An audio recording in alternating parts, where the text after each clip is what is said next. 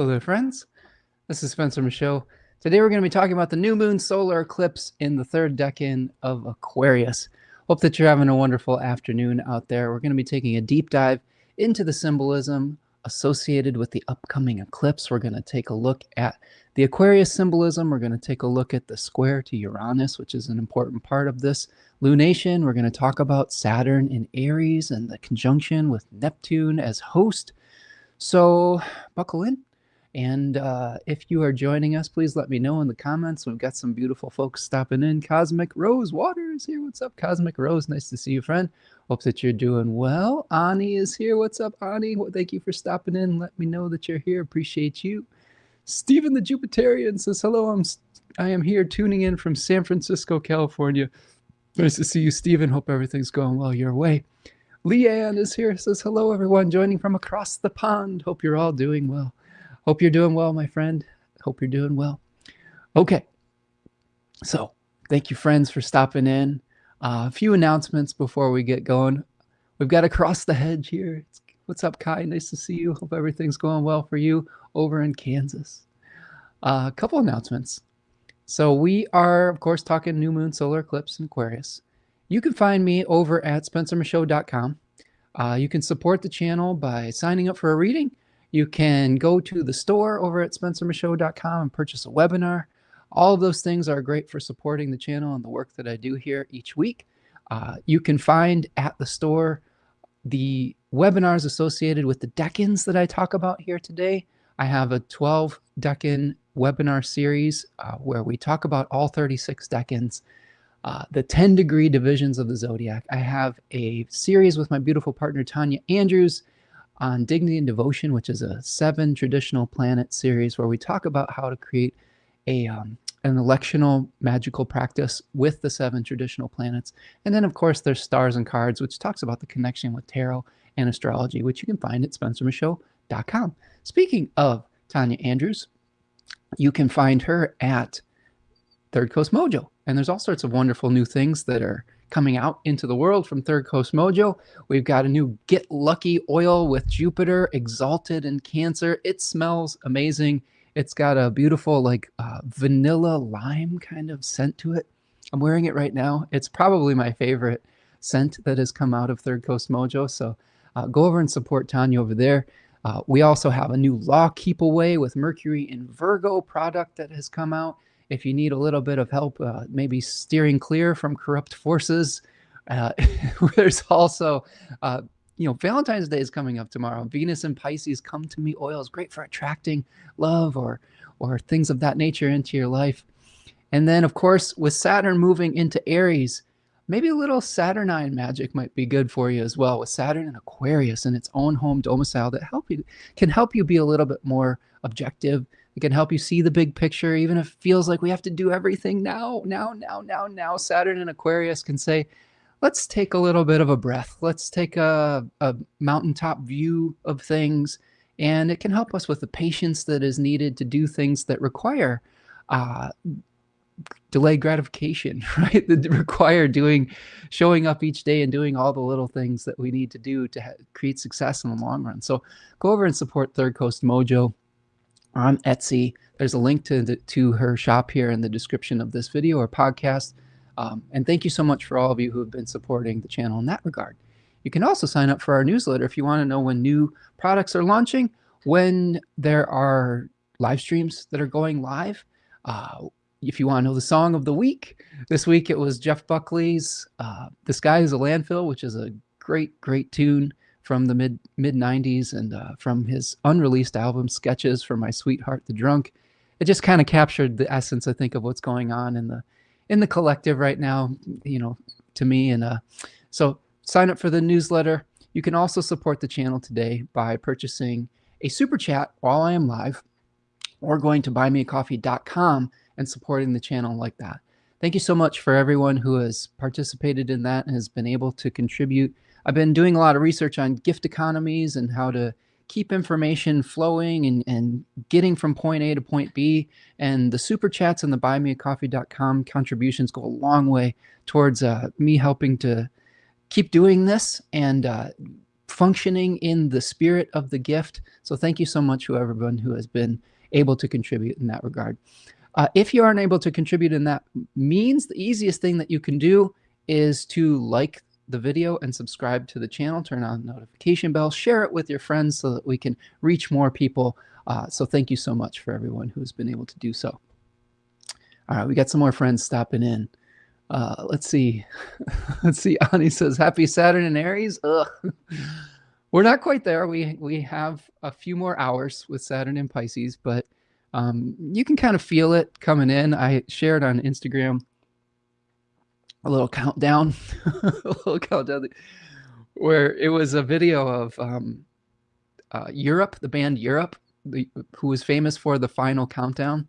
And it was sort of one of those videos where they take the audio out and some comedian adds their own audio in. Just go check it out. It's in my stories right now, at Spencer Michaud on Instagram. It's hilarious. It feels like the transition to Saturn in Aries, where it's just like, you know, some ridiculous kind of performance and yeah. So we'll see. We'll break all that down for you today, Ani.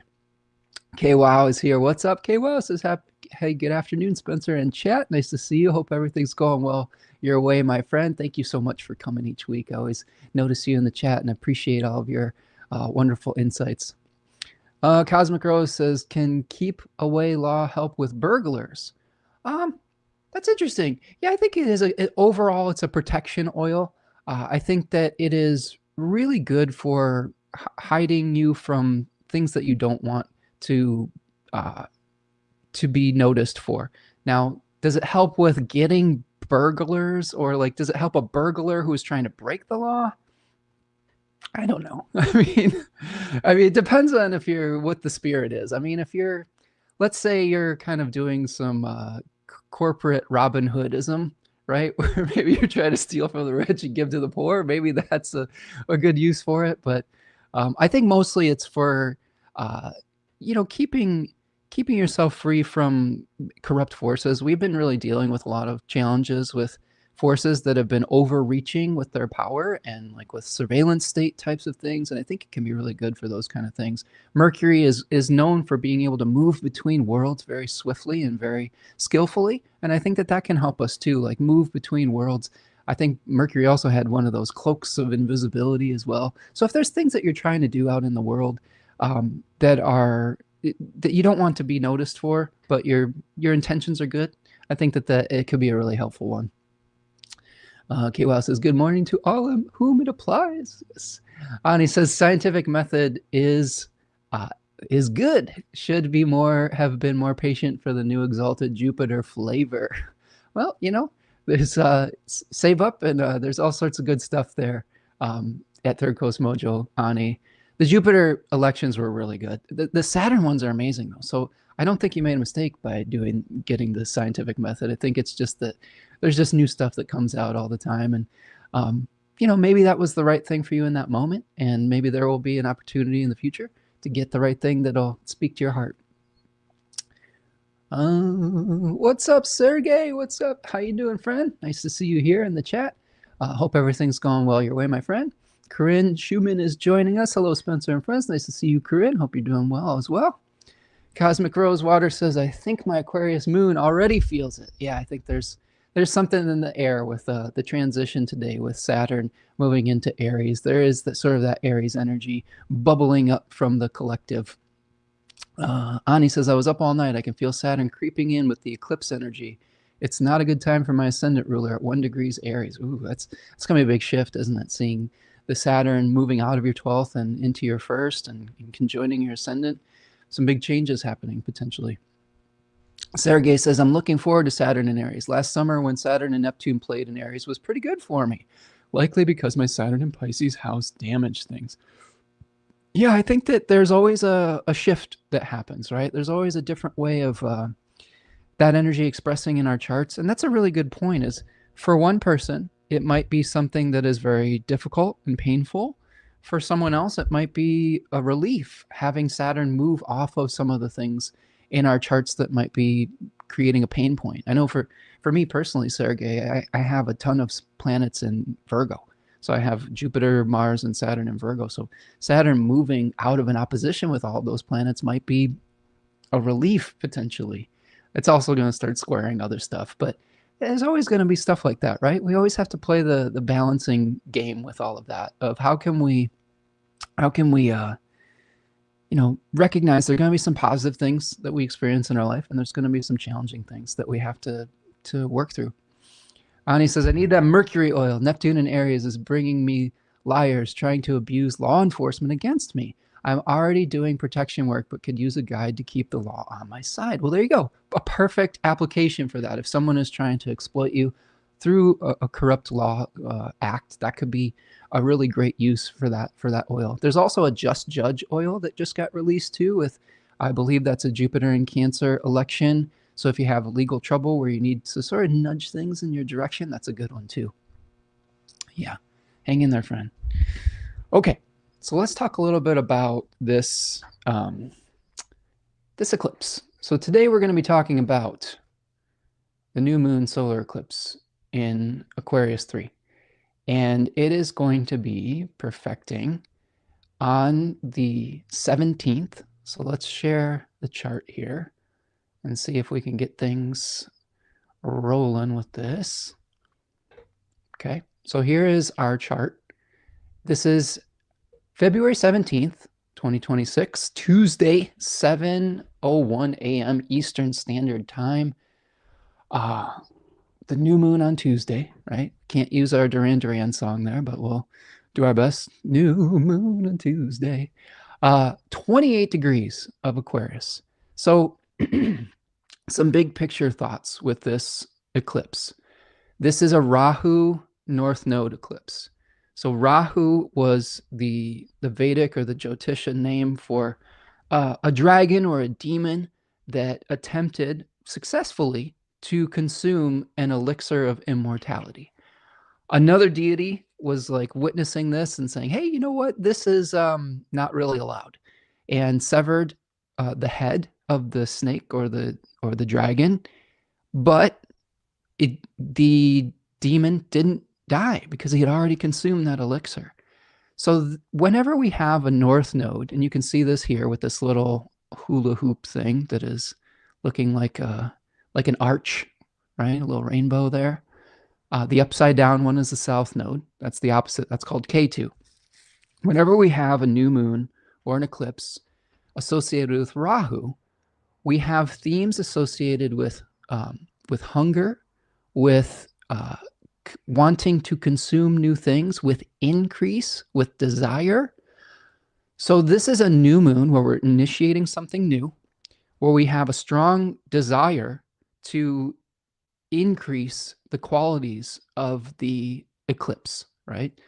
So in this case, we are bringing something into being that is new. We have a strong, almost insatiable desire for that. That's another part of this that we have to be clear upon. Because Rahu is a severed head, it doesn't have a body. We can't satiate that need or that desire completely. And I think it's important to understand that around eclipse season, because we may have things that seem really, really important that we want really, really bad. But there may not be any way to completely satiate that desire. The other quality that we have that is pretty important for this eclipse is the new moon solar eclipse is squared Uranus. You can see this here. So Uranus is at 27 degrees or so of Taurus, and it's pretty tight. It's separating here, but it's in a pretty tight square with Uranus. And that can bring an element of the unexpected into our eclipse season. Eclipse seasons are already sort of unexpected kind of events. Not really unexpected, but I would say that they are game-changing events. They are chapter markers. They are supercharged new and full moons. And adding Uranus into it brings an element of the unexpected. It brings an element of the lightning bolt of awareness that hopefully will liberate us from something that maybe has been holding us back. Maybe there's been a rut or a pattern that we've been stuck within, and Uranus as a planet that can help us to break out of those old patterns and old stories and old narratives, which I think is an important part of this eclipse. We will talk about the decan that both the eclipse and Uranus are in. I guess my only caution with this is, first of all, it's a square between the eclipse and Uranus. So it is the innovation that we may be seeking may come through a little bit more of a disruptive way than we had hoped. It could come through tension. Sometimes when we have a trine to Uranus, it's a flowing aspect where these new ideas come to us, and they're these beautiful flowers of ideas, and oh, it's very wonderful to pursue those and to smell the new fragrance that's coming. Here, it's like we get knocked over the head by like a hammer or something. It's like, oh shit, where did that come from? And it may knock something loose, but there could be a disorientating feeling to that, and we have to be aware of that.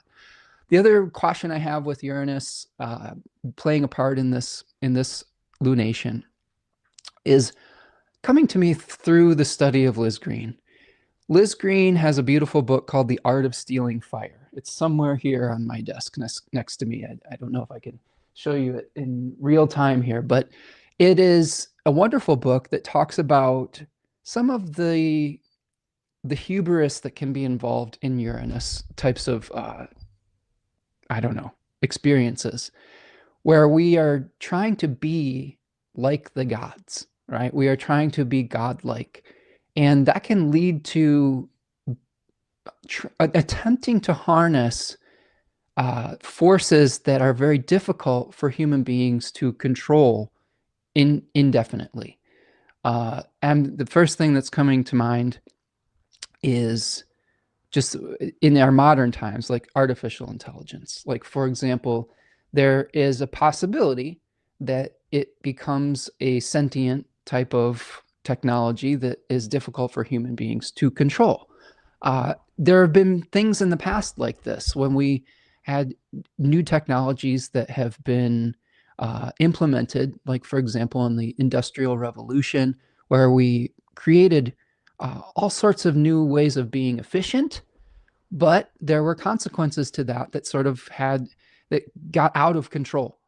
And I think that there are so many things like that in the world where we have good intentions, where we're trying to innovate, but it can take on a life of its own. So this eclipse has that element within it of potentially taking on a life of its own through Uranus here. We also have Mars and Pluto co-present with the eclipse. Okay, so this is a sort of a coloration here with Mars being co-present and Pluto, two kind of challenging energies in the sky.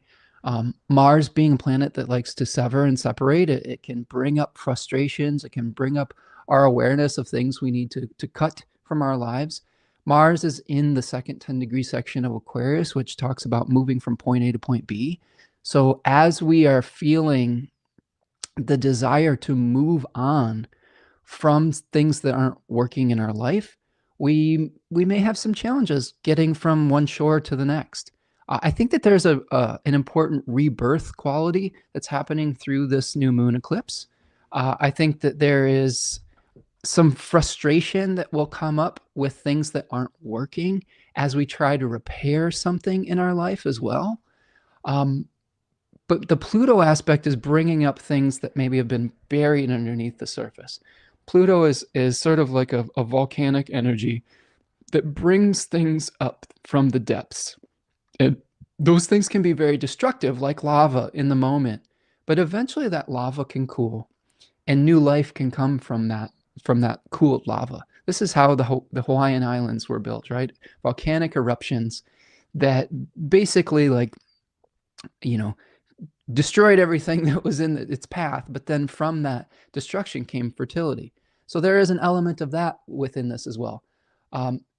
There's two more things I think are big picture thoughts, and we'll go through all of them in greater detail in a second. But Venus is going to be conjoining the North Node during this. And now it's not making an aspect to the lunation itself, but I did think it was something to keep an eye on, because Venus is in its exaltation right now in Pisces, which means it's in a place where it is very well resourced to do some of the things that it wants to do, like harmonize, bring people together, help us to understand our narratives that we've been trying to create our reality through. And with it being very close to the North Node, our desires to harmonize a new mythology or to understand our old stories that are operating in the background, I think will be very, very strong. Sometimes with Venus in the first decan of Pisces, they talk about this in the 36 Faces, Austin Coppock's beautiful book. Sometimes there will be an awareness of the fleetingness of desire, the awareness of things that we may have to walk away from, right? With the 8 of Cups saying, well, we desired this in the past, but we might need to walk away from this now because it's no longer part of our current story of growth or of understanding, right? So I think that's a part of this as well that we should make sure we're breaking down.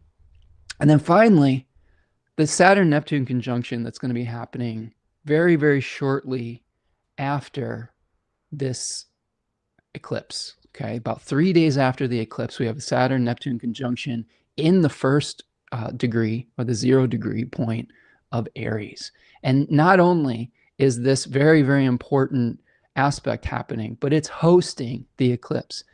In traditional astrology, they have what's called the guest-host relationship. And what it means is that these planets, all of these planets in Aquarius, are essentially deities that are visiting someone else's temple or land or place of residence. And in this case, they're visiting Saturn's residence, which is the traditional ruler of Aquarius. So what we have to understand is that Saturn wants to provide resources. Okay, when I say provide resources, what is really happening is providing topics to deal with, providing ways to achieve those planets' goals that are moving through that temple. Each planet has its own agenda, right? So like the sun and the moon, they have different agendas than Saturn. And in all honesty, the agenda of the sun can be very different and opposing from the agenda of Saturn. In the Thema Mundi, they were said to be opposite forces. So what is Saturn going to be providing, right? And who is providing for Saturn? There's this cool little thing happening in this arrangement right now called mutual reception. There's a mutual reception between Mars and Saturn. Saturn is in Mars's house of Aries, and Mars is in Saturn's house of Aquarius. So there is this kind of mutual desire for each other's benefit, right? So that's kind of neat. But we have to understand what Saturn's going to be providing, and we'll be talking about that in great detail as well. So those are sort of my overarching big picture thoughts. I'm going to go back to the chat here, and then we'll start breaking it down one by one. But I love the conversations that we have here, so I'm just kind of looking through chat here. I got to go back a little bit. Okay, Rose says the big chart was better to see. I get it. I apologize for those with poor vision.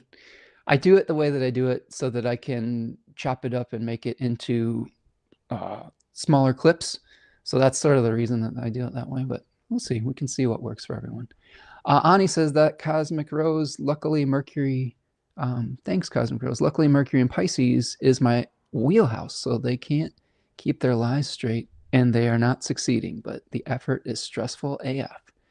Yeah, it is. It is stressful when we're dealing with undermining forces, right? When we have things in our life that throw us off our center, whether they are things that people can see visibly or things that we're dealing with behind the scenes, that can be really challenging. I think it takes a lot of patience and communication and ability to maybe take time out every once in a while and to refill the well. So yeah, I hope that whatever you're going through, Ani, gets resolved peacefully. Okay. Sergey says, first solar eclipse in opposition to my ascendant Mercury at early 29 degrees of Leo that I remember. Will be interesting to see if something happens in my marriage. Yeah, a lot of us with Leo risings are kind of looking at that and being like, what's going on here in our 7th houses? So there could be a new change within that potentially. I think that in relationships, relationships change over time. And a lot of the themes that we're talking about today are about making changes, leaping into the unknown. And I don't think that an eclipse necessarily in our 7th house means that our relationship is going to end, or that we have to leave our marriages, or whatever it might look like on the surface. It might mean, though, that there needs to be some changes, that there might be needing to be some different roles that we take on, that we might have to do things differently than we have done in the past. That's been something that's been happening in my household, Sergey, with some changes in our employment statuses. My partner lost her job a few months ago, and we've been trying to figure out how to replace that income through a more self-directed entrepreneurial type of movement in our lives. And those are the types of things that can create stress and right, it can require communication and role shifting. So maybe that's something that's going on within your life too, is how can we change our roles and potentially still keep the fire of our loves alive, right? Okay. Ani says, hey, Spencer, can you make the chart bigger and your profile smaller and switch the view? Maybe. We'll see. If enough people complain about it, maybe I will. We'll see. But I want you to be able to see the chart, but I'll think about it. I'll think about it. Steven says, Mercury at 24 degrees Aquarius in the third house. Looking forward to this solar eclipse. Nice. Rose says, already switched the laptop, but chart is too small to see in this view. Oh, so this is on the mobile view, or it's small? Okay. Oh, well, there you go. Everyone says so. In my opinion, AI may have good points, but greed is out of control, so do not trust it at the moment.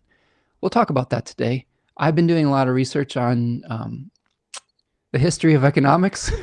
Like I'll show you some books that I've been reading recently, Rose. And greed is a theme throughout that. I will say this: the system that we have, and I think, incentivizes greed.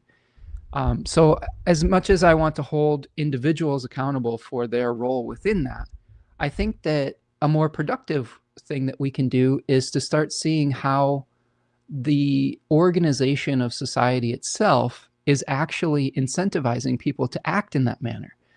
And when we understand that, we can start making changes to incentivize the opposite, to incentivize sharing. And this is something I've been really very, very interested in recently, is how do we incentivize sharing within our communities? I've been having conversations with all sorts of people. This started, really what it started through was a book called Braiding Sweetgrass by Robin Wall Kimmerer. It continued through Sacred Economics, which I'm still kind of about 2/3 of the way through, with Charles Eisenstein. Another friend suggested this graphic novel, Economics, How the Economy Works and How It Doesn't Work, which is this beautiful graphic novel about the history of economics. Really, really amazing in understanding how we got to this point, how we got here through monopoly, how we got here through free markets, how we got here through just the philosophical ideals that have led to how we organize an economy. And I highly recommend everyone check out this book in particular first, Economics by Michael Goodwin, and illustrated by Dan Burr. I got this from my local library, and it's helping me to understand the concepts in sacred economics so much better, to the point where I'm curious, friends. I'm going to throw this out there. Let me know if this is an idea that sounds interesting to you. I'm thinking about putting together another offering that is kind of rooted in the astrology of the history of economics and how we can help transition from this current system to one that is more communal, gift-based, and that eliminates some of the, I think, the core fundamental issues of all of the challenges that we're experiencing right now. In my mind, all of it, everything can be traced back to economics and the way that we deal with the monetization of our natural, intellectual, cultural resources. To me, that is a fundamental part of all the challenges we're experiencing. And that's why I've been so passionate about this. And I'm trying to figure out ways to bring in astrology, to bring in the group mind, where we can start talking about some of these things, where we can start talking about how to imagine a more just and fair and equitable world out there. And I think that we need to do it as a group, as a community. So let me know if that's something that appeals to you. I've been thinking about how I can maybe do this in the spirit of the gift economy, maybe through a pay what you can type of thing. But if you got ideas about it, if that sounds interesting to you, if you want to be part of something like that, let me know in the chat. Okay, let's see here. We'll talk about economics today too, because I think that there's been so many things happening in the collective that speak to different rules for people in power versus the masses.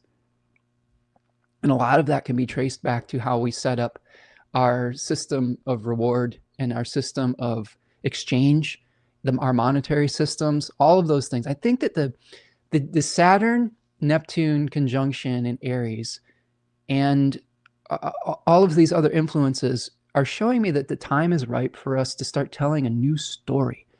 One that is not of separation, but one of cooperation.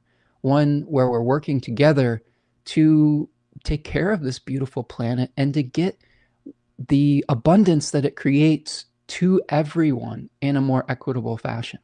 And like John Lennon, you may say I'm a dreamer, right?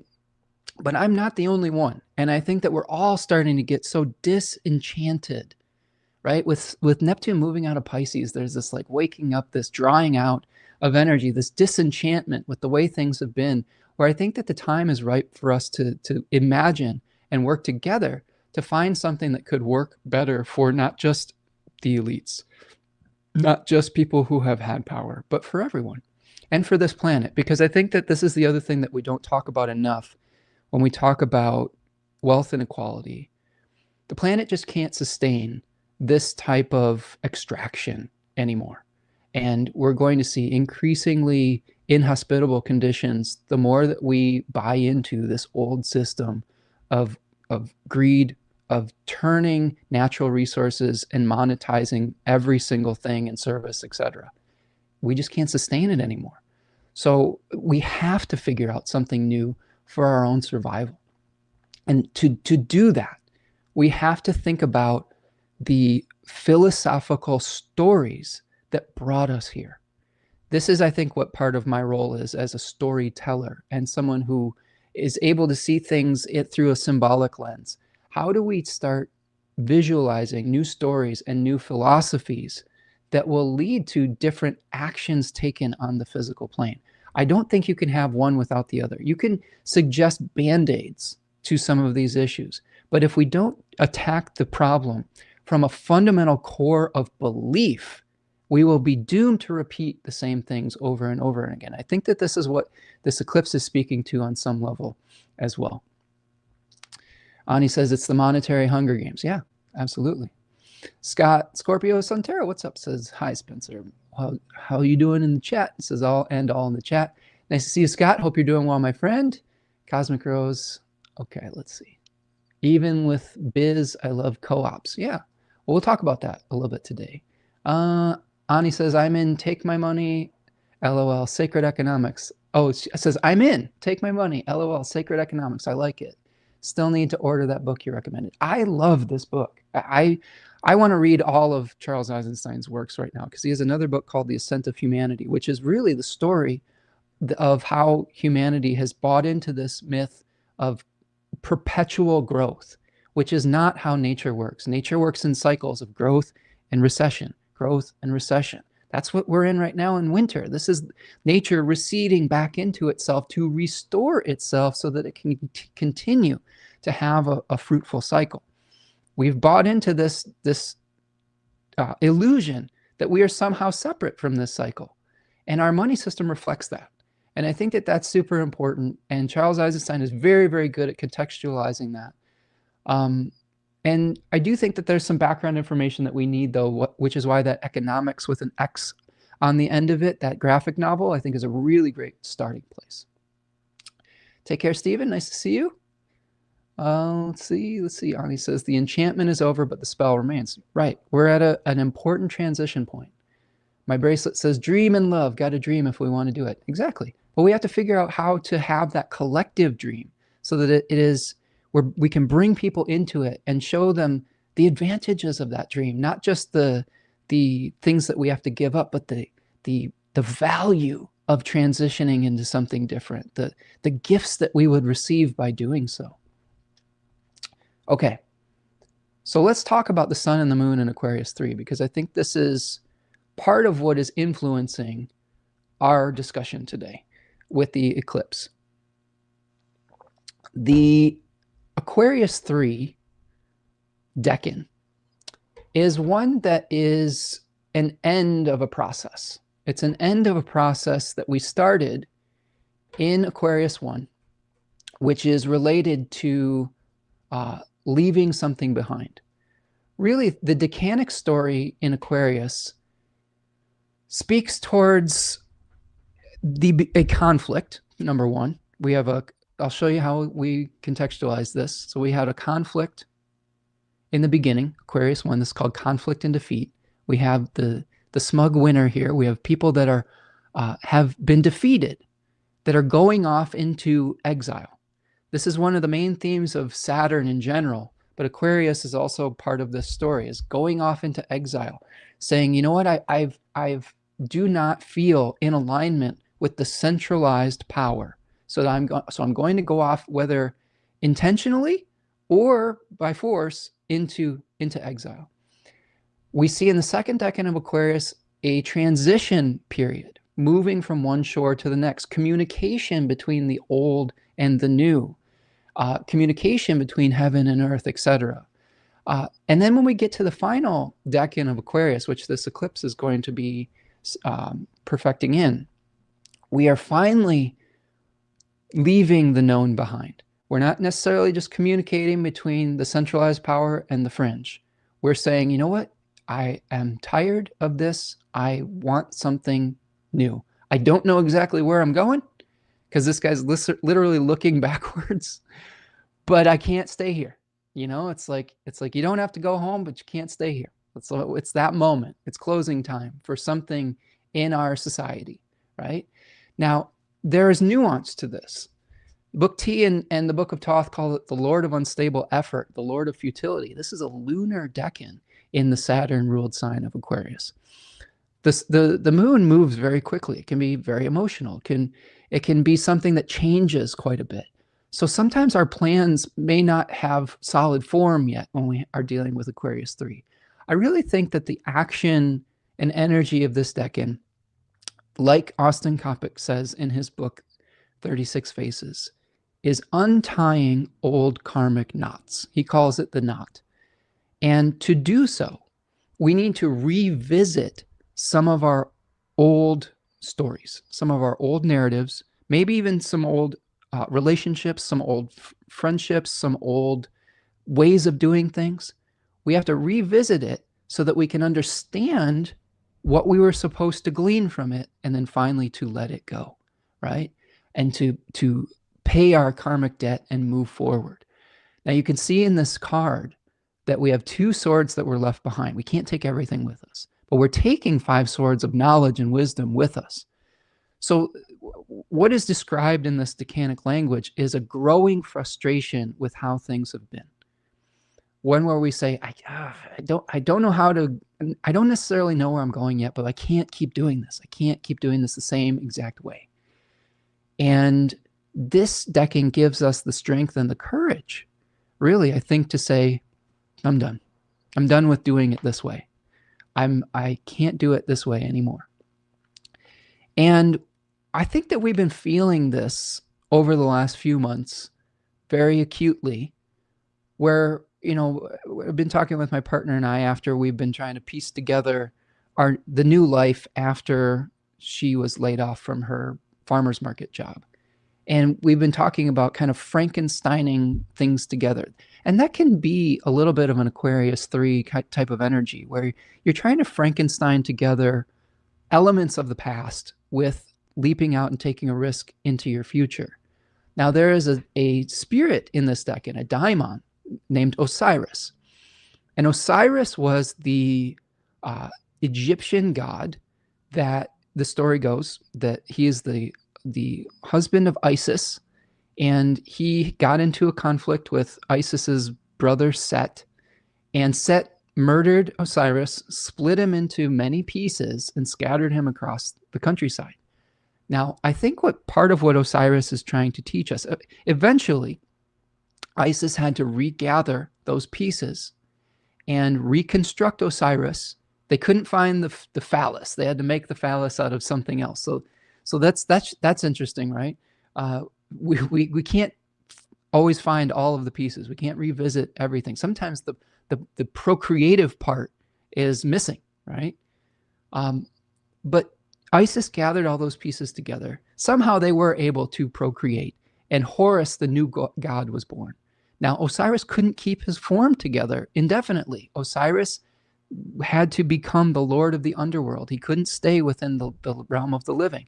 Now, this is important symbolically, because we may have to go gather pieces of information, gather pieces of belief, gather conversations with people from our past, so that we can understand it and birth something new. I think that really is the energy of this decan, is revisiting something temporarily, taking what we can learn from it, and then taking the leap out into the unknown. Now, that isn't always an easy process. That isn't always a point A to point B process. That can lead to some unstable effort. That can lead to some emotional issues, right? There's some emotionality. That can lead to some nostalgia. It can lead to some, I don't know. It could lead to feelings of loss. It could feelings of sadness. But I do think that this decan is designed to allow us to get so frustrated with something that we're like, I just can't keep doing this. For me, that frustration is capitalism. I've been trying to be something that I'm not within a system that I don't align with. Now, this book, Economics, is helping me to understand that there are advantages and disadvantages to all systems of organizing our economy. The answer might not be Stalinistic communism, right? There are problems with all of these theoretical models, right? There's problems with Marxism. There's problems with socialism. There are issues with some of these things.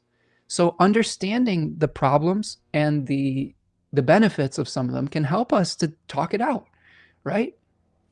One of the things that I learned from my dive into economics, the graphic novel, was most of the economies that we have around the world that are successful right now, they are not pure capitalistic or pure socialistic or pure communism. They are mixed economies.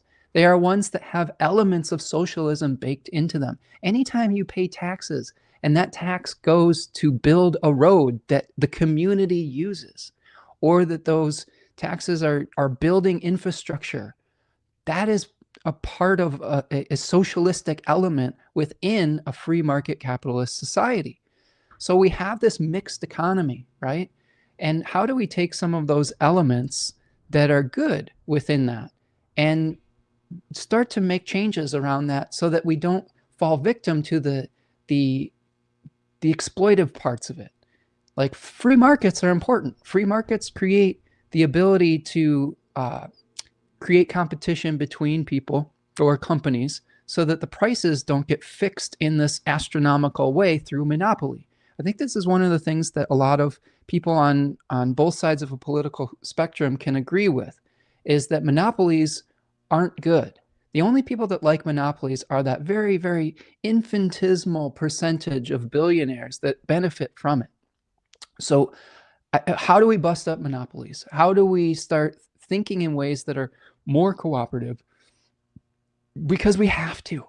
And one of the things I love about Charles Eisenstein and Sacred Economics is that he's not necessarily demonizing humanity for the last, I don't know, couple thousand years of this story of ascent. He's saying that this is part of our growth as a species, and that this is the point where we have to mature as a species, where we come out of an extractive model and into one that is more stable and more harmonious. I really like that. That doesn't mean he's not critical of certain ways that humanity has acted in the past. I mean, enslaving people, having all of the wealth be concentrated amongst the very, very top percentage of people. He's very critical of all of those things. But instead of just bemoaning that, he says, how do we as a species start to evolve? And I think with this new eclipse here, this new moon eclipse in Aquarius, we have to be able to revisit how we got to this point, how we got the concentration of wealth in this very tiny percentage of people. What were the systems that helped create that? What were the things within us as humans, as consumers? I even hate describing people as consumers at this point. When we used to be citizens, and now we're described as consumers. When did consuming become the end-all be-all of being human? That's a new story that we get to tell, that we get to start to dismantle. That's the karmic knot that we were all, at least in America, born into. We were born into this system. Okay, so the part of revisiting is understanding our past, understanding our history, understanding our mindset around it, understanding what we even decided wealth meant. In many indigenous cultures, to be wealthy was measured not by what you had accumulated, but what you could give to your community, the amount of generosity that you could provide. What a dynamic concept. What a wonderful concept, right? Maybe that's part of the new story that we can tell. Well, we are truly wealthy when we can start thinking about how we can share what we have with others. That's what makes us wealthy. The other things to think about that could be changes in this story.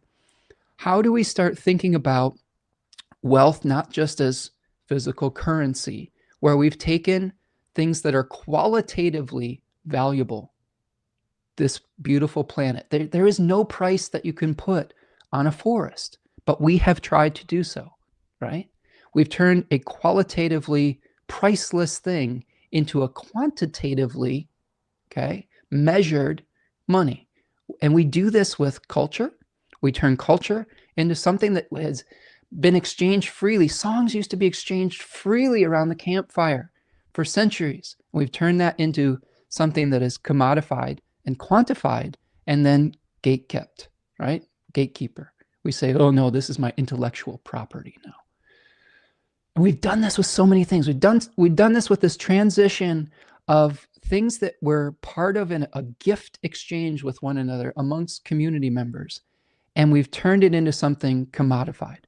Now, one of the arguments in this book of Sacred Economics is not that we need to be that we need to be completely ascetic, that we have to give up all of the wonderful things that we enjoy in the world. What he's saying, though, is that sometimes those things need to be removed from the monetary system completely. That's how we build community. That's how we build gift economy. So this is the thing that I've been working through. I see this as a core fundamental issue as we see corruption blasted into our screens day after day after day, where people are not being held accountable for egregious abuses of power and resources. When we see that, that should tell us that this system doesn't work anymore. That this story of separation, this story of monetizing the priceless things that we share in common with each other as a human species doesn't work. Or it has run its course more accurately. So this is, to me, part of my own growth as a person, as someone who has always felt out of alignment with this culture and with this way of exchanging, to my own detriment oftentimes. Like, my solution to this has been like, I'm going to try not to participate in this as much as possible. Now, I'm running up against the reality check. There's Saturn. There's always a reality check when we get to these points. The reality of, well, you can't pay your electric bill with like good ideas, right? Or with like idealism. So you run against the reality of things, and how do we start shifting within that? Now, this is where I throw it back to the community. How do we put our collective brains to this? It's going to take some time. Solutions don't always come overnight. But I think that the first part of this is understanding that what we were doing in the past doesn't work. Okay. Cosmic Rose says creative underground for a while. Yes. Maru is here. Says, hey, Spencer and community, briefly joining here. Hope to catch you offline tomorrow. Thank you, Mara, for stopping in. Mara's joining us from Germany. So appreciate you, friend. Rose says, change always brings change, which creates a loss of something. There you go. We have to be willing to give up some things. We have to be willing to give up an old way of doing things, an old story in particular. That's sometimes the hardest knot to untie, is an idealistic one of something that we is so ingrained in us that we just assume is the way that it has to be, or the way that it's always been done. That's the difficult part of this unraveling, is looking our own assumptions in the mirror. Our safeguards against monopolies just got removed. Well, that's what we're seeing in the collective right now. There were these safeguards. If we go and look at the economics history graphic novel, we had plenty of these safeguards that were put into place in the early 20th century. Those have been systematically dismantled over the course of that century and are getting worse and worse and worse. The oligarchs are taking away all of those safeguards that basically let our economy be somewhat functional from the late 1800s until about 1975 or so. Now, there were problems with that. There were a ton of problems with that. We were still polluting. There was still complete inequality with the people in society that were in the minority. There was all sorts of issues, but we had a semi-functional society. It has been completely dysfunctional really since the late 70s, and it's getting worse and worse and worse as we go along, to the point where just the masses who just want to be able to enjoy time with their family, to live in peace, we can't do so anymore, right? And there are plenty of people who have taken on the externalities of that for so long. This is another concept that I hope I can get through to our audience here today, is that the abundance that we have experienced comes at a cost that is often hidden. That's called an externality. We externalize a lot of the comfort that we experience in the Western civilization to developing nations. We export violence. We export environmental waste and damage to the oceans. We export all of these things. And once we start reclaiming those externalities and internalize the cost of things, we will measure their actual cost much differently. I had a long conversation again with my very patient father this week. It'd been a couple of weeks. I had a difficult conversation with him a couple of weeks ago where my ideas were less developed. And I would caution sometimes people, it's easy to get into an argument with people before your ideas are fully formed. And that's really just an off-gassing of a steam valve of frustration. And sometimes that's appropriate. But oftentimes it's better to maybe get a fully formed idea about something before you have a difficult conversation with somebody who you're trying to convince of a certain position. And as I was more developed with my intellectual position with this, my father and I had a nice conversation about it. And he was starting to realize the external costs of his comfort and security and convenience. And it was nice to see the light bulbs go on. And I think these are the types of conversations we have to have with people who have really been in their comfort zones and start to, I wouldn't say, we can shake people out of that in gentle ways, right? We're gonna push people toward their limits, and then we might have to let them absorb it a little bit and then come back and digest what we've said, and then maybe we have a new perspective. I think that's super important. I have had challenges in the past, Rose and friends, I get really excited about something and I just want to share it. I get fired up. I'm a Leo rising and I get fired up and I'm like, this is the way it's got to be done now.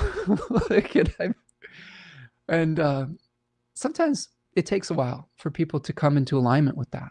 Okay, so we have to kind of be patient with people around us that we're trying to bring into this new way of thinking. We have to make sure that we're our own ability to communicate these ideas is developed, and then we have to kind of workshop it in places, in public spaces like this, right? In like spaces where I think we've created a community here where we're curious about new ways of doing things in the world that are more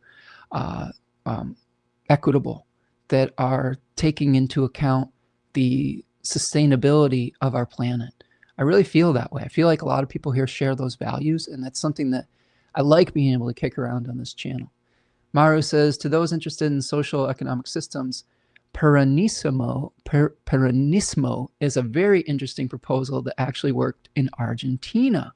Tell me more. I would love to hear more. I would love to hear how different cultures and societies have tried to approach this problem, because we often only hear the American or the European side of these things. And this is why I love having a global community here, because we share this planet.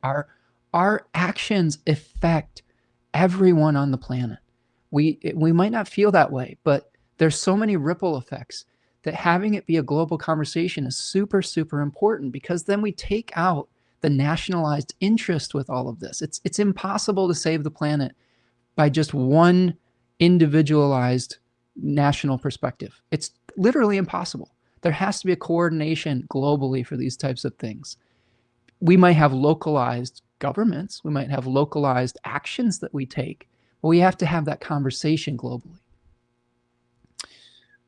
All right, love the view of Earth from the ISS. Ooh, I'd love to see that.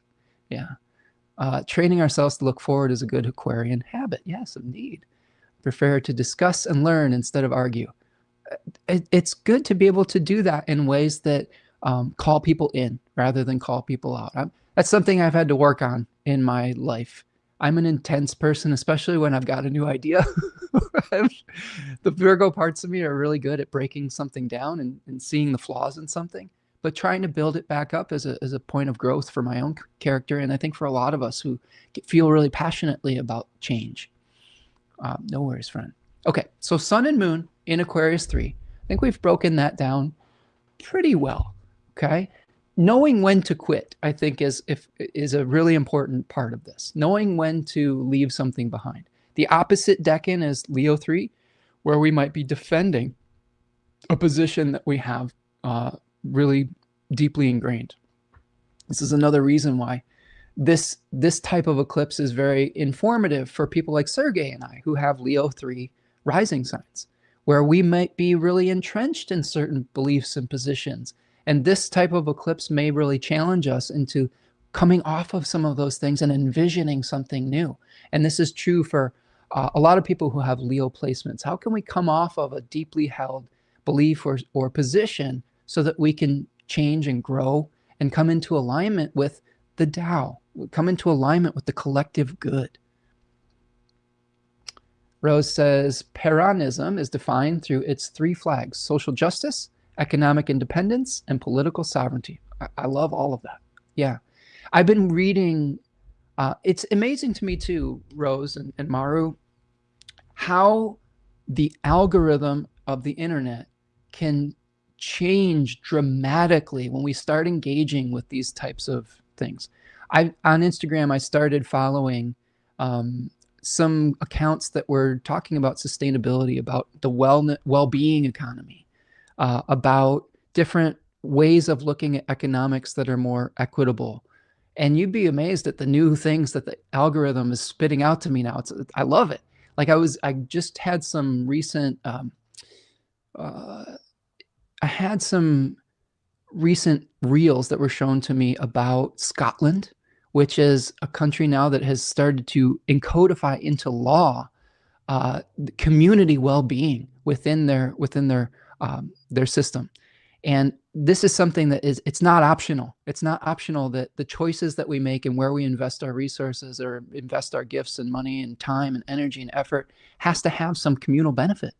Like these are things that are happening in multiple countries across the world that are attempting to do something new and innovative. So I love that, and I would love to research that even further. But this is why I love this community, because we're putting our heads together with it. Okay, so this is the sun and moon. Now let's talk a little bit about the host. So we've got the host in Aries 1, and Saturn will be moving into Aries later on this evening, as I'm recording this on the 13th of February. It will immediately come into an application in conjunction with Neptune. It is already sort of traveling close enough to consider it a bit of a conjunction, but it will be much more intense when they're in the same sign. Saturn in Aries, we've talked about this at great length last week, so go back and check that out if you missed that one. But the energy of Saturn in Aries is a challenging one for a number of reasons. The first reason is that Saturn is not comfortable in the domicile of Mars. It is not, it is a place where their agendas are very different. Aries' agenda is one of severing and separating from the community, from the communal energy, to individuate, to express extreme yang, to make a new beginning and a new start, and to do it now, right away, without any considering the consequences of your actions. Saturn is not like that. Saturn says, you probably want to plan this out. You probably want to slow down. You probably want to create structure. You probably want to see how this is all going to work out in the long term. You might want to pace yourself. So when Saturn moves into Aries, there is this discomfort. And in traditional astrology, we assign different values to planets in certain signs. And this is called a planet being in its fall. The fall is related to being in a low place, the bottom of a well. So Saturn is at its least, I guess, powerful, you could say. I don't know if that's necessarily true as far as its effects out in the world. Saturn is extremely powerful still in Aries. It can have a lot of effect on our worlds, but it is not resourced in the way that it would desire to be resourced. Now, the other part of Saturn in Aries is, I think that Saturn also is a reckoning for wherever it is going to be moving through. Saturn says, here are the consequences of this action. To me, the greatest revelation I've had about Saturn, because of its exaltation in Libra, and because of its being referred to as a planet of nemesis, is related to Saturn's role as a balancing force. I think ultimately Saturn is at its best when it is decreasing that which is excessive and increasing that which is lacking. So when Saturn moves through a particular area of the zodiac, it has this rebalancing force. So what is going to be rebalanced with Saturn in Aries? Well, extreme yang energy. And I think that we've seen this already starting to bubble up from the collective, where we are rightfully criticizing extreme abuse of patriarchal thinking, extreme abuse of yang energy. I've seen a lot of things in the collective lately that are like, you know what we need in the world? Less men. And on some level, I can agree with that. I think that we need less toxic masculinity, I think, is what we really need. I don't know if you're gonna have a tough sell if you say, you know, we need less men. You know, like that's taking a group and reducing it down to an ideal or something like that, which has, to be fair, has been happening to women for centuries. So I think that what we need is more responsible masculinity, more responsible men, more men that can share power rather than hoard it. Men that have stories of masculinity that can be in service of the collective rather than trying to dominate it. And I think Saturn is actually going to help us with that, because Saturn says this excessive yang energy, this bull in a china shop energy, this isn't helping anyone. This is toxic. This is creating suffering on this planet. And I do agree that power should be shared through the masculine and the feminine energies. That are two sides of a whole. They are two parts, and when they are in balance, they can be very complementary to one another. When they are out of balance, as they have been for many, many hundreds of years, we have the result of that which we see today. Environmental destruction, too much yang, abuse of power, as we've been seeing on the news, people thinking that they're above consequences, all of these things, collateral damage, as far as the eye can see. These are the things that I think Saturn is going to be bringing a reckoning towards. Now, in Aries, especially first decan of Aries, it's called the Lord of Dominion. It's called the Axe in Austin Kopek's book. It's swinging wildly without thinking about the consequences of its actions. It's trying to dominate. It's trying to consume. It's trying to catch other things on fire, right? So I do think that I think that one of the things that just came into my mind about this too is Saturn is also going to show us the consequences of the element that it's in, fire, right? While Saturn was in Pisces, there was a lot of talk about ocean responsibility. How do we become responsible stewards of the oceans? I watched a beautiful documentary by David Attenborough called Ocean, where he spoke to some of the real challenges of the way that we treat our beautiful, life-giving oceans and how we can bring it back into harmony and equilibrium. I think with this, the first thought that was coming is we may have to be rebalancing how we deal with fire, right? Or with power. It could be through guns, like fire, gunpowder, that type of fire. It also could be through like forest fires and things like that. I think Saturn and Aries could also bring us a different way of being good stewards of our forest resources and gifts, which is really important because I think that every single summer we see more and more forest fire activity and more damage that's created through that. So I think that this is another thing that we could see with Saturn and Aries. But overall, Saturn also has the quality of binding us to responsibilities. One of the things that Aries 1 is asking us to do is to say, you need to make a new start. You need to be like springtime and be like the seed that is pushing through the soil to reach the light. You need to break through that crust. That yang energy is important for that. If we didn't have any yang energy, we would never start anything new. We have to be able to have the force of conviction to start something new. Now, the challenge of that is that we get stuck in thinking that has to be perpetual. When you study astrology through the lens of nature, you realize that it's not a perpetual utilization of any of the astrological energies leads to excess and to abuse and toxicity. Aries is just one phase of a greater cycle. Aries is individuating the little seed into the above ground experience so that it can start to spread its leaves out, so that it can start to have relationships with other beings on the planet. That little seed needs to have a relationship with the sun.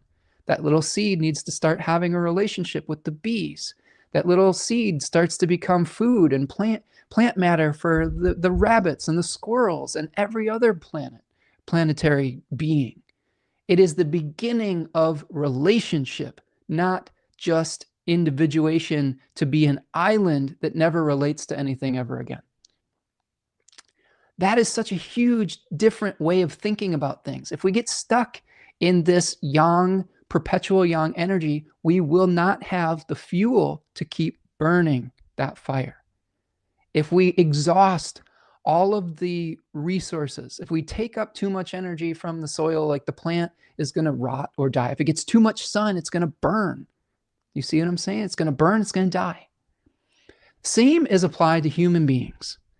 If we have too much forceful yang energy as these planets start to shift into these positions, we will make one of two mistakes, I think. First of all, we will think that we have to do everything ourselves.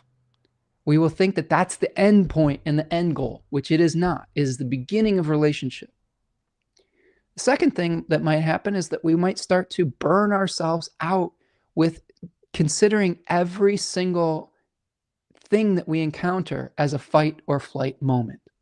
You cannot live in a perpetual fight or flight experience. And it may feel like we have to because of the flooding of the zone of all the bullshit that we're experiencing right now. It makes it feel like every single moment is fight or flight. And even though it might feel that way, in this moment, as we're sitting here together, just spending some time through the ones and zeros on the internet, are you safe in this moment? Are you at peace in this moment? Is your life at risk in this moment? I hope the answer is no. And I think that this is important to realize even as we utilize and start to stoke the fires that are necessary to make change, to bust through the surface, to start to spread our leaves out and absorb the sun of new realization and new life and vitality. But we have to pace ourselves. And Saturn in Aries is going to make that a little bit harder than normal in the beginning of this, because we're going to feel like we have to do everything now or we won't ever get the opportunity again.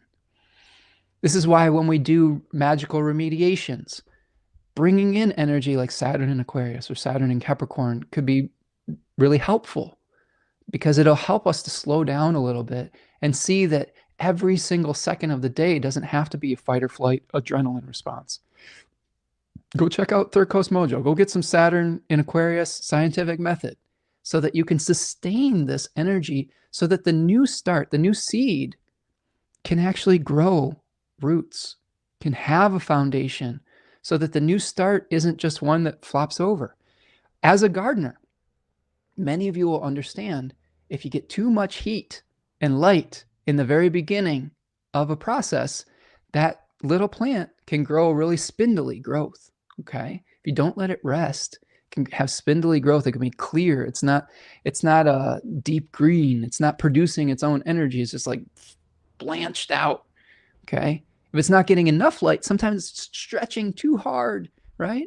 So we have to have the right amount of balance between yang, yin, the right amount of light, the right amount of energy, so that that plant, which is a metaphor for the new ideas, the new society, the new culture, the new economic system, whatever it is that you're trying to create in your own personal life, has the chance to take root, to be able to survive the challenges to that.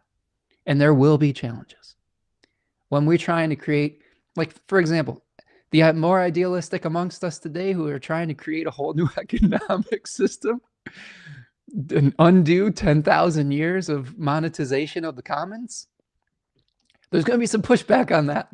Like my own daughter asked me the other day, Papa, are you communist? And I'm like, I think that's the oversimplification of what my feelings are with it.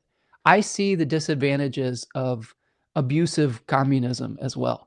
And I think that I am trying to bring about an idea that is changing towards more cooperation. Now, you can label it however you want. I do believe in some parts of the free market like that are important. I also believe in cooperating and sharing resources. And there are ideas in these books about just even completely changing the way our currency works. One idea, just for those of you who are curious, and I won't belabor this point too much longer, but one idea is the idea of a negative interest currency, where instead of gaining value and interest, if you hold on to your money, it will actually decay over time. Now you're like, well, why would I want to have money that decays in value over time? Well, it would make it harder to hoard it. And what money was originally intended to be was a means of exchange, a means of circulating the things that we actually want: food, shelter, clothes, instead of having it be an end of itself, right? Because we have a system of interest and usury, money has become an end goal rather than just a means of exchange. If that currency had negative interest, if it's slightly over time decreased in value, there would be no advantage. There would be no incentive to hoard it. This is one of the interesting ideas in sacred economics. Now, I have to think about all the ramifications of that, and I have to think about all the practicalities of that.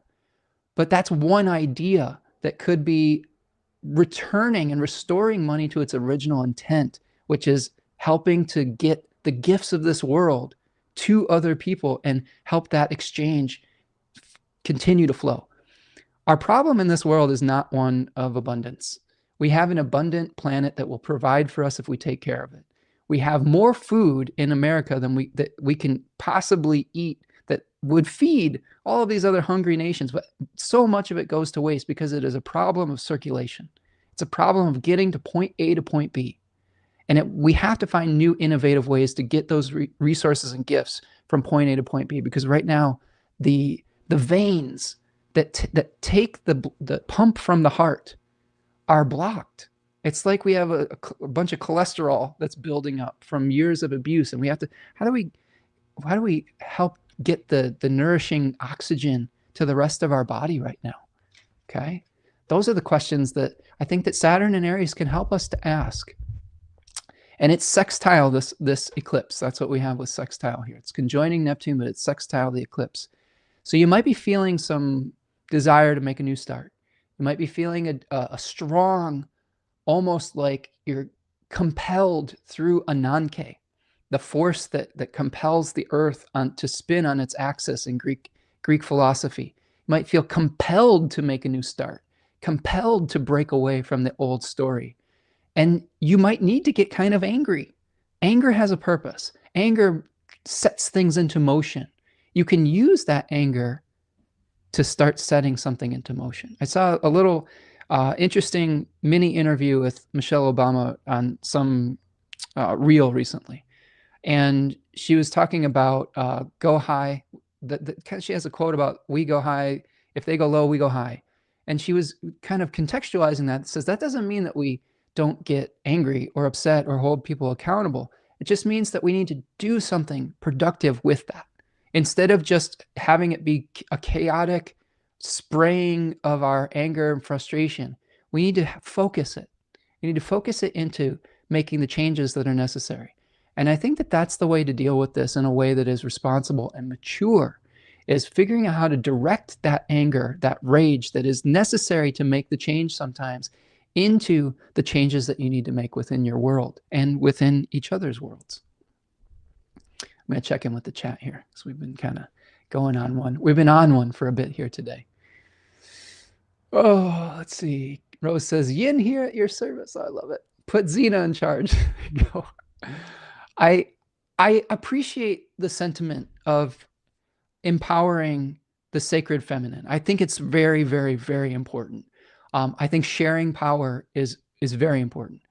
Someone had sent me something about, like, they were talking about Tolkien, and they were making the connection or trying to force the connection of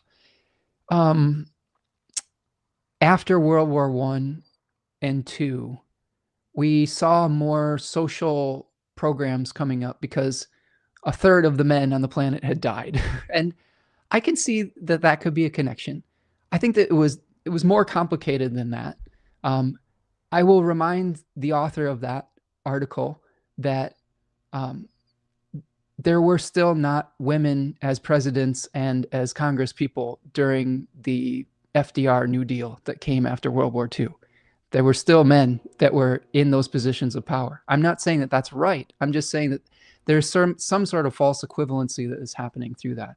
I agree with the premise of appreciating the balance between those two forces. So I do think we need to empower women, and I think we need to have more of them in charge of our governments as well. But I think we need to have just balanced human beings in general who are in touch with both their yang and yin sides, and that are understanding a new story of one that is of collective benefit rather than individual domination. I think that is important. I would also point all of you to a story by an author, Brian K. Vaughan. It's called Why? The Last Man Standing. And he explores a female-dominated society where most of the men on the planet had died. And it's a really interesting intellectual conversation about what could potentially happen with that. So I would guide you towards that resource too. There are pros and cons to all of these types of things as well, but I do think we need to empower the yin, right? We need to empower the yin, whether that comes through physical women or whether it comes just through more balanced human beings in general that are out there putting things together. I'm for it. CA has already been tested by fire. Yeah, Canada is right, and America, like the west coast of the United States, has been on fire perpetually each season. Take your rake and shove it, Rose says. There you go. Devin is here. What's up? Devin says, bring back the indigenous practice of controlled burns. Exactly. Responsibly managing forest resources, going back to Saturn coming into Aries and rebalancing our use of that resource, the use of that element, I guess you could say.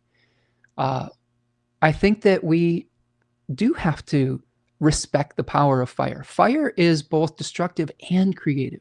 There are some seeds in the forest that won't even open unless they've been exposed to the heat of a forest fire. So I agree 100%, Devin.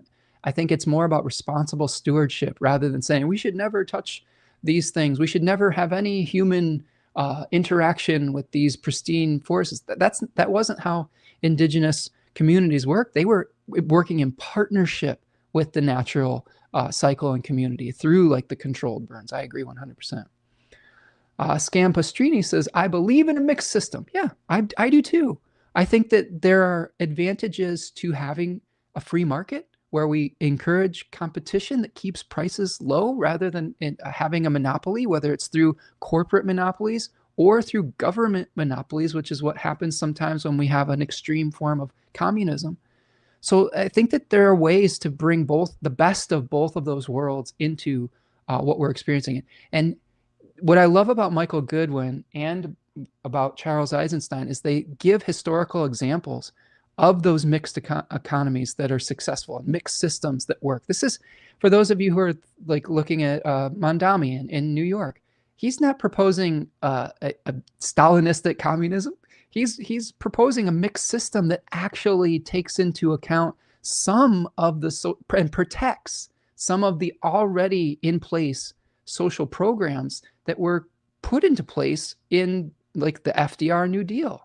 You know, he's saying let's actually fund some of these social programs while it's still having market competition that creates that functional mixed system. So I'm right there with you, Scampestrini. Rose says, might be a big pushback against that one, decreasing value of money. I think there will be pushback on that. And I'm still in the chapters of trying to figure out how to make that, practical. I'm not saying that I necessarily am advocating for that yet, but he is a philosopher that brings up an interesting point. I think that as we explore these new ideas, we have to talk about them and we have to challenge them. We have to say, well, that's an interesting idea, but how would it work in practice? And the part of the problem of what we've had in different economical models in the past, Rose, is that they have been based completely on abstractions. Part of the reason we have economic theory that doesn't work, okay, is that it's based on a math equation, not on human nature. When you take out the irrationality of human nature sometimes, you'll have a mathematical model that you can't possibly work because it's only based on abstraction. That's Uranus to me. That's like the hubris of trying to do something that's completely removed from the way things actually work. So how do we test these things? How do we challenge them? We talk about these ideas and say, well, parts of that sound good. How do we implement that? Parts of that aren't going to work. How do we discard parts of that? That's why we have a discussion rather than saying, well, this is the way it has to be. I'm not at that point yet. I'm not at that phase yet. I'm in the curiosity phase with a lot of this. And I'm trying to share these ideas to see if you guys can get curious about this so that we can put our heads together. Selenius Gateway, Devin says, I think a wealth cap is also necessary. Yeah, and there were wealth caps in the past when we had a progressive tax system that was even more progressive than it was today. there was a point, I think, in history of the United States where there was a 70% tax on the 1%, basically. And I think people don't understand progressive tax systems. What it basically means is that your income up to a certain level is taxed at 1%. So like everybody that makes up to $18,000, let's just say that that's the cap, is taxed at 10%. Any money that you make above that, up to another level, is taxed at 20%, up to like $30,000. Let's just say these aren't the right numbers, but just bear with me here. And progressively higher. It doesn't mean that someone who makes $1 million a year is taxed at 70% for their entire $1 million. It just means that everything above, let's say, $400,000 is taxed at that 70%. Do you see how that is helping to redistribute the worst egregious consolidation and greed? Like, to me, that changed. Like, it changed in various points. Okay, but Reagan changed this a lot. Reagan is one of the worst offenders of this. He made a huge tax cut for the wealthy, brought that 70% down to like 30% or less, and we've progressively been getting worse with this. And he also raised taxes on the middle class. So he did a double whammy. He said, I'm going to do tax cuts for my rich buddies and raise the taxes on the middle class. And somehow, through some arbitrary, weird thing, it's going to trickle down. It's insane. He's a terrible economist, I guess you could say. I don't know what his character is like as an individual, but his way of thinking about economics was very, very destructive for the planet and for the wealth gap. Rose says redwoods want fires to sprout. Exactly. So there are certain things that respond to growth from being forged in the fire, so to speak. So that's another way to use Saturn in Aries, right? Now they want Bitcoin that is not physically real either. A problem, right? Because it's not backed by anything. Another idea that Charles Eisenstein had was backing currency with like carbon credits, backing currency with actual something that would incentivize people to restore the commons rather than to destroy it. Here's an example of this. I just got a hat, and I'm not sponsored by this, although if you want to sponsor me, 10 Tree, I would love to talk about your products. 10 Tree is a company this is a 100% organic hat, organic cotton, where their business model is every time you purchase any of their clothes, they plant 10 trees to offset their carbon footprint. Okay. So like I got a little QR code that showed me exactly where they planted my trees. And for this particular hat, they planted, oh, what was it?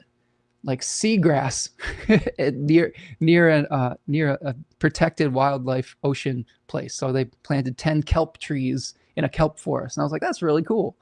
And you can continue to see how this is an incentivizing way of being responsible with our money that is backed in a way that will help restore the economy. Now, that's not exactly what Eisenstein was saying by backing the currency with something that isn't destructive, but it is an outcropping of that idea. Right?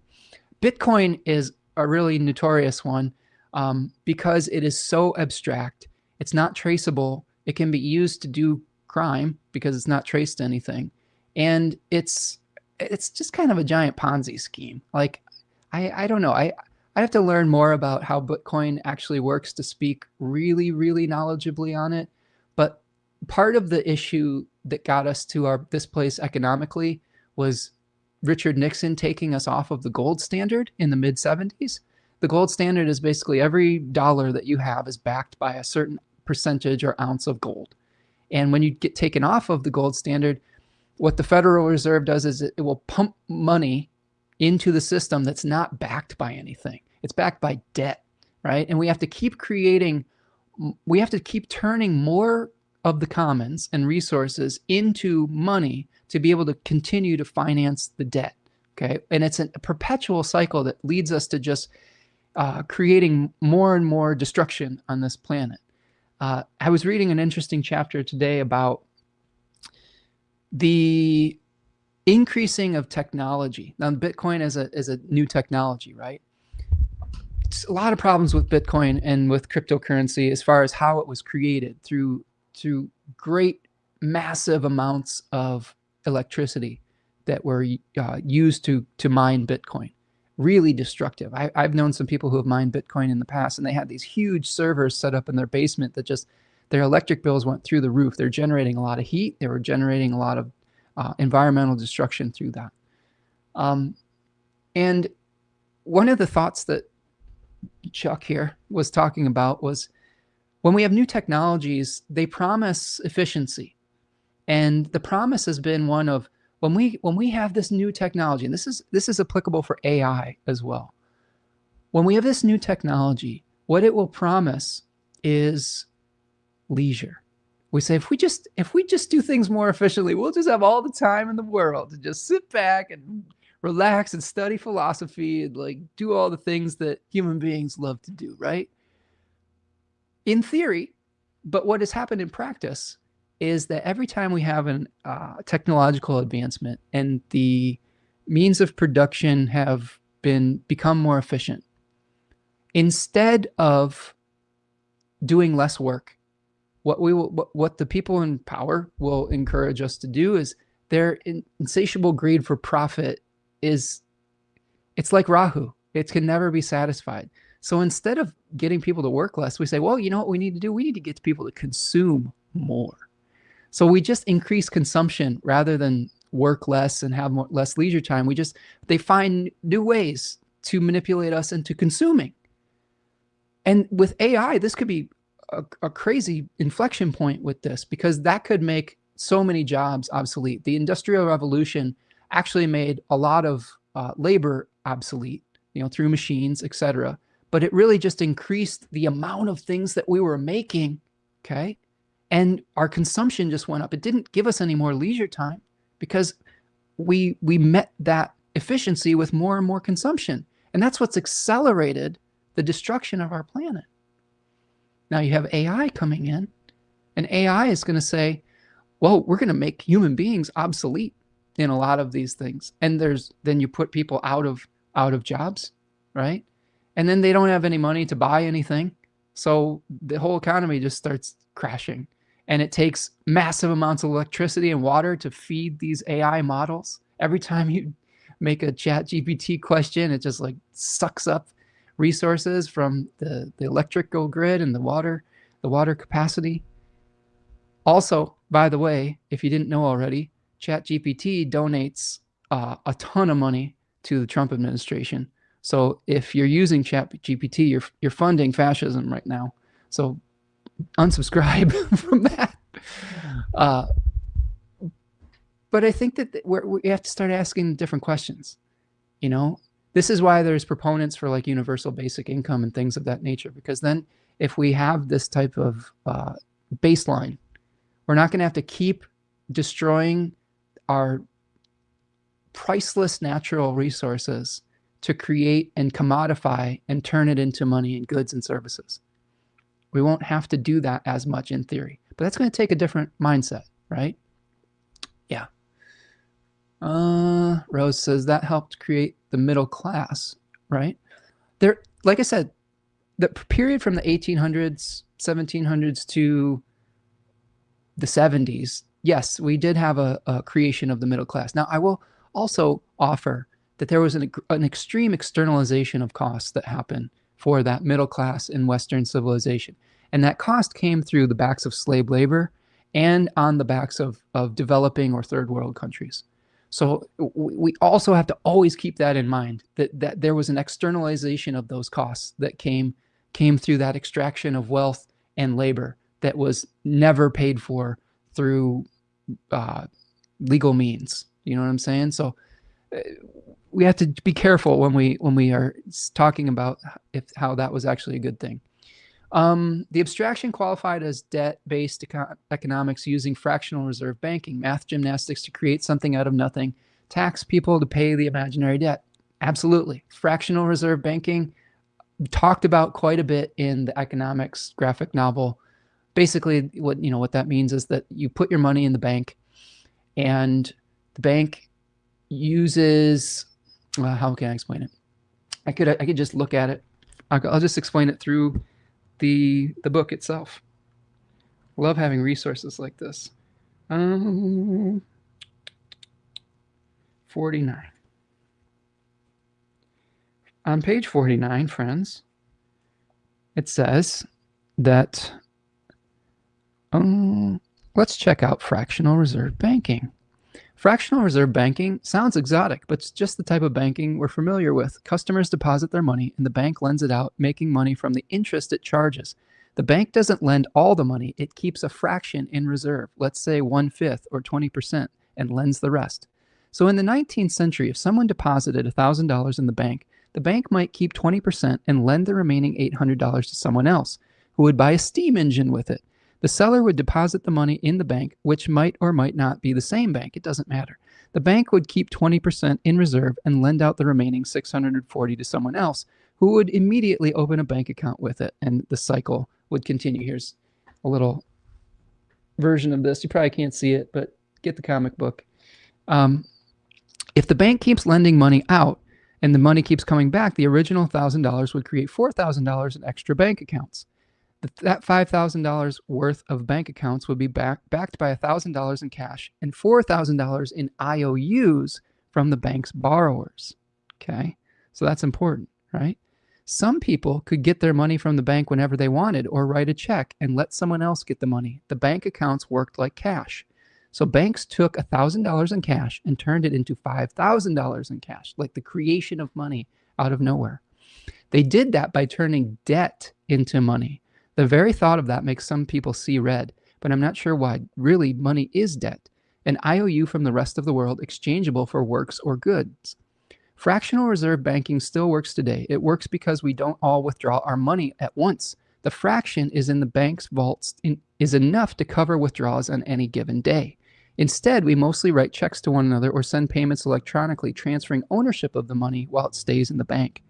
But in the 19th century, a rumor, true or false, that a bank was in trouble could start a run on the bank. Where's the money? Where? It's out making more money, the banker says, which is why many slumps were set off by panics. Buy some cloth? Love to, but my money vanished. Some people thought slumps were entirely due to financial hiccups like bank runs. Really, nobody knew why slumps happens. So this is the describing how the part of irrationality that comes in with economics, right? Or we say the bank run happened because people lost confidence in their money, right? And we've been creating money out of debt in this endless cycle that keeps perpetuating the extraction of beauty on this world. We could get into that, but maybe we should do that as a group and as a class at some point. SFDH is the only thing that trickles down. What is SFDH? Tell me more. Uses too much electricity too. Yep. And AI needs too much electricity. AI needs so much electricity. I don't think people really understand the cost of the tiny search or the little image that they're making. It's really exorbitant. And if you thought about the actual cost of that for future generations or for other people in the world, you might think twice about being so cavalier with that technology. Annie says Bitcoin is a digital ledger designed as a hedge against inflation, another abstraction to fight another abstraction that is being used against its original agenda. There you go. See, we've got, I knew we had smart people in this group. You were saying what I just typed both times. There you go. Let's see. Hold on one second. We have got a siren coming. Ani says, I study these things because I don't feel like I have a choice. The future of money. Wrong definition of money, eh? Shit flows downhill. There you go. There you go. Right. Yes.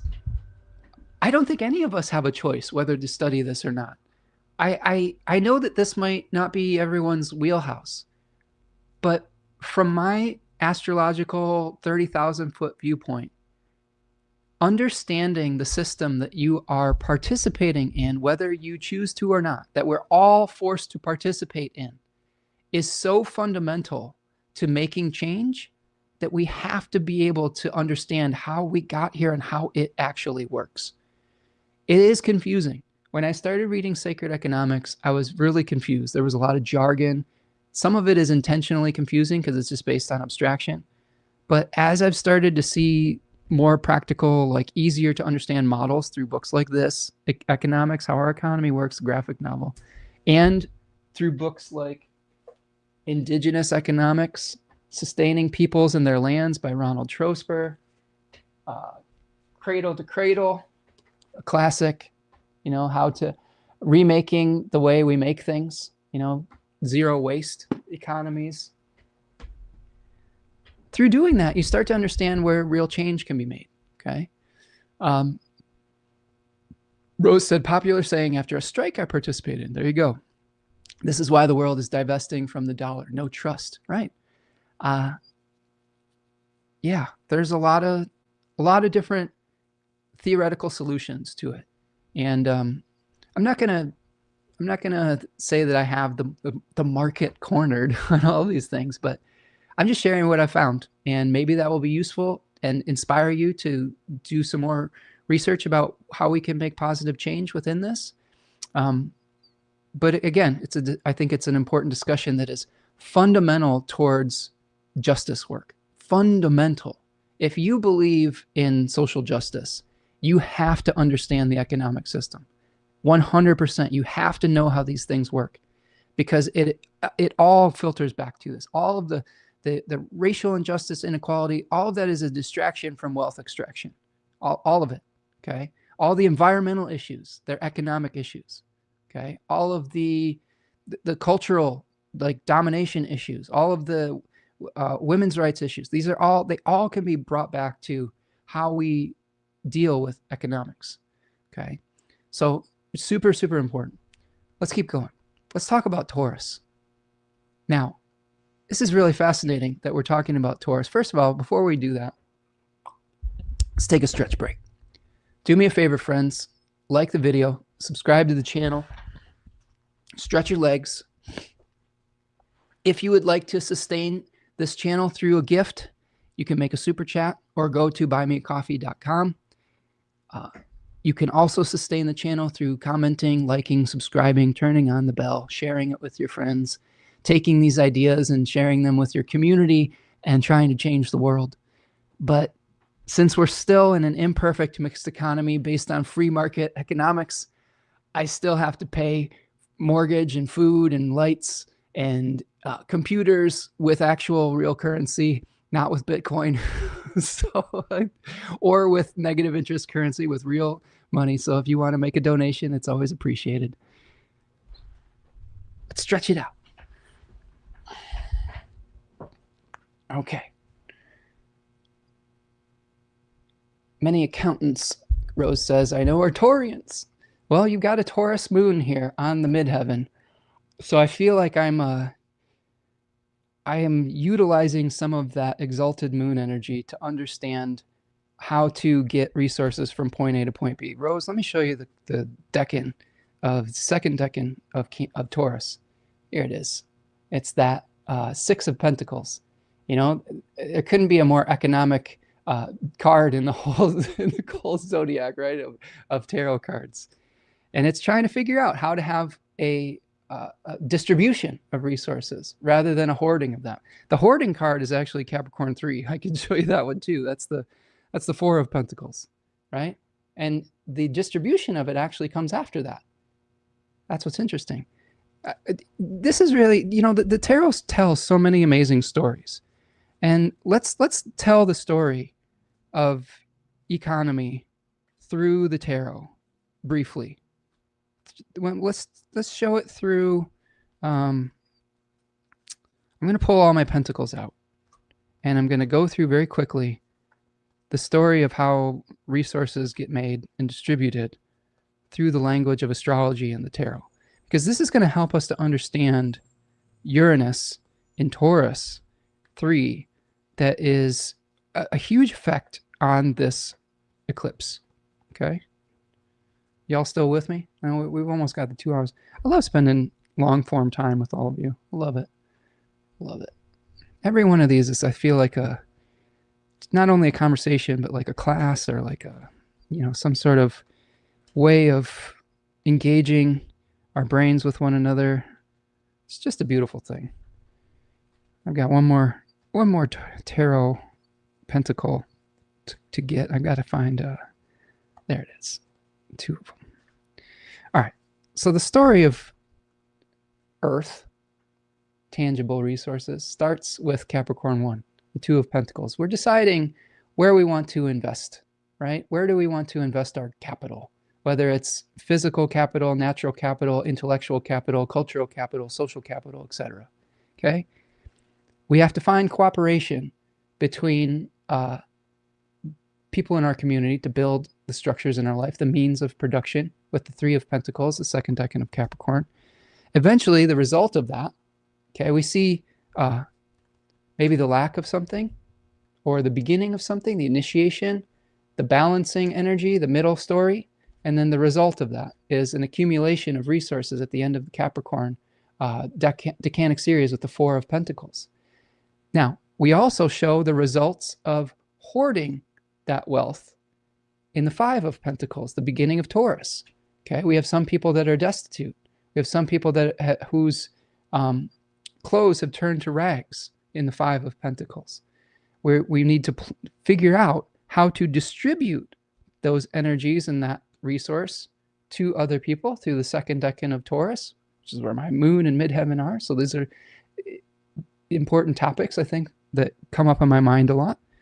And then in the last decan of Taurus, which we have Uranus here, we have seen we are evaluating the results of the seeds that we planted in the 1st decan of Taurus, of our ability to distribute energy from point A to point B in a balanced way.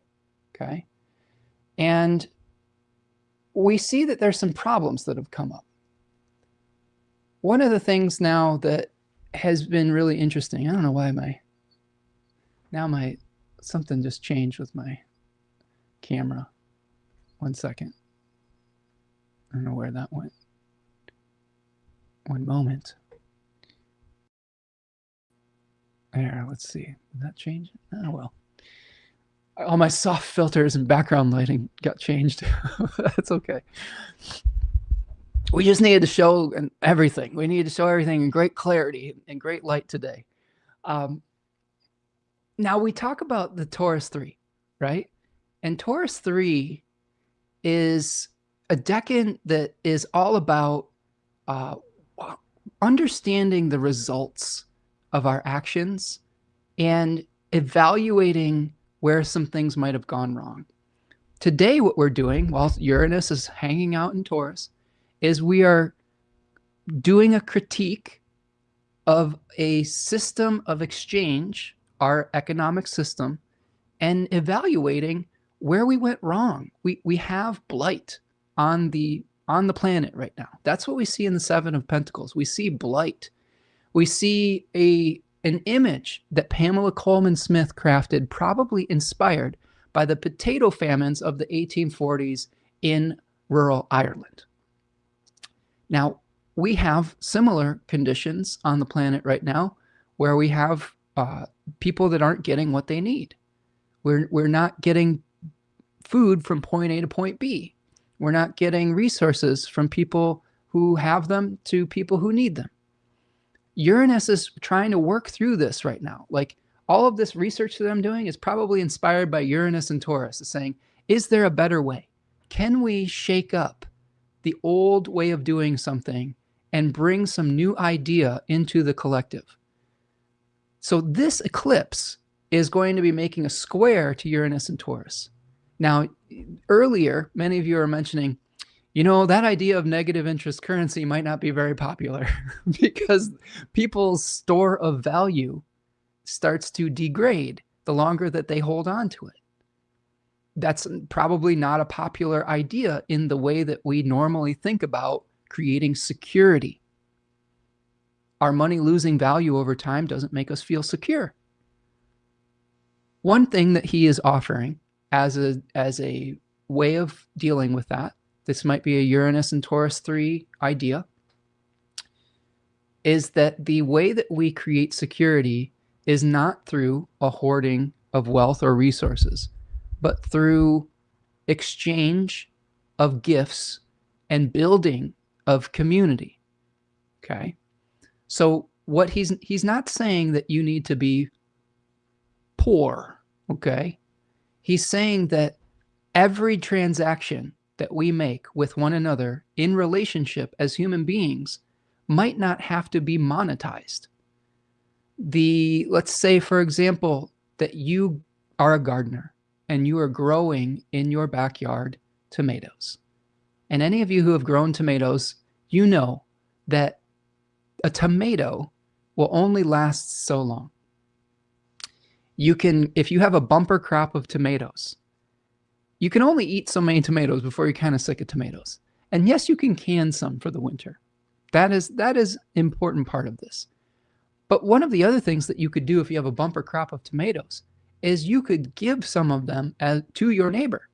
That is a resource that decays over time, like negative interest currency. That is a resource that needs to move for the abundance of it to be fully appreciated and realized.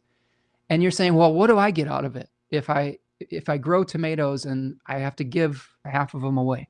Well, what you get out of it is you are creating a reciprocal relationship with your neighbor. Maybe they grow something else.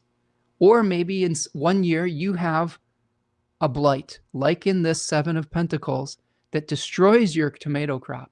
And you're like, man, did your crop get destroyed by insects this year? And they're like, nope, I got a bumper crop. Here, take 1/3 of it.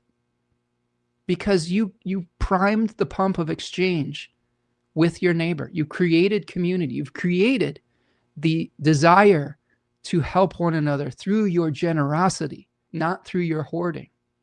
Okay. So I think this is one of the things that Uranus is going to be helping us to try to understand through this eclipse, is that resources multiply through movement, not through stagnation, through movement. Okay. So the other thing that could happen, maybe you don't want tomatoes. Maybe you give your neighbor tomatoes one day and your car doesn't start. And instead of having to call the mechanic, your neighbor has some skills or gifts in that area. And they're like, don't worry about it, I'll fix this. And they help you with that service. This is how we start formulating an exchange and gift economy where we demonetize some of these things. And we're no less wealthy, quote unquote, for it. We have started to realize that every single thing, service, good, etc., does not have to be turned into quantitative money.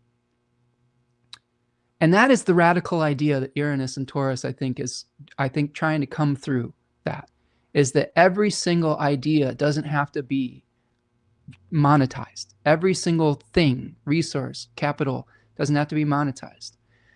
One example of this is that Charles Eisenstein talks about this in Developing Nations, is that the GDP of a developing nation may look like the people there live on $1 a day. And as Americans or Westerners, we may be horrified. Oh my God, they live on $1 a day.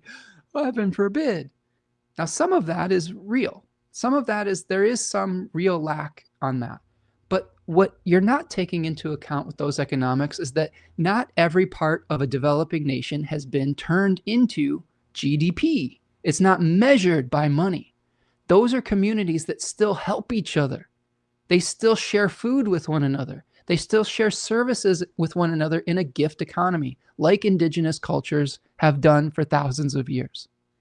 So when we are measuring wealth, we have different measuring tools for that. Now, that doesn't mean that we let Western civilization off the hook for creating a debt cycle for developing nations. That's very exploitive. What we'll do is we'll force regime changes like we just saw in Venezuela. Okay. We will offer that country after we've displaced their leadership. They're sovereignly, in a lot of times, sovereignly elected leaders. Maybe not in Venezuela's case. I don't know enough about that to speak authoritatively on that leadership. But there was some elements of a dictatorship there, I'm sure. But here's what happens. We will displace the government, offer that country a loan to build out of infrastructure to help extract the resources from that country to the Western civilization, and then charge them interest on it. And then the only way that they can finance their debt or pay their interest is through turning whatever they make and selling it to the Western culture, okay, in service of the debt, rather than keeping the money in their community. It's extracting that wealth over and over and over again to the point where they just don't have anything else to exchange with one another, to support one another. And oftentimes what will happen is we will go in. This is another thing I learned in this beautiful book, Economics. What we'll do is we fuck this fucking system. So fucking pissed. I'm sorry. I get so fucking angry at this. This is the like righteous indignation that is coming, I think, through how extractive all of this bullshit is. What will happen is that we will put in a type of democracy. I'm trying to look at exactly what the name of it is, but it is a protected democracy. So here's what a protected democracy is. A protected democracy says, we are going to give you a huge loan. We're going to put the leader in place. We're going to fund the dictator that is keeping you in servitude of our interests. And what we're going to do is we're going to say, well, you can have democracy, but the terms of this loan are basically that you can't change your economic system. If you decide that you want to become more democratically socialistic, you're not allowed to do that. You're only allowed to have elections to change your leaders, but you can't change this economic system. You still have to funnel all your fucking resources out to the Western country. It's so exploitive. That is the spread of democracy in the last century. Protected democracy. Ones where we say, well, you have to maintain our way of doing economics, one that is extractive and only beneficial to the Western country. I'm sorry to get fired up about that, but like, it's terrible. And it's something that we just are so blind to in our everyday lives in American society and culture. And I think people are starting to open their eyes to it and internalize those costs, you know? And I think that this is going to be something where we really start to have to consider this. If we really truly believe in freedom, this is one of the things that everybody in America is saying.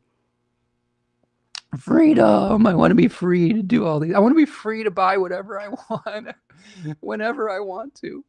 You know, that's really what you're saying. I want to be free to like be able to give money to the monopolized corporation that it only gives me one option and then keeps charging me more for it.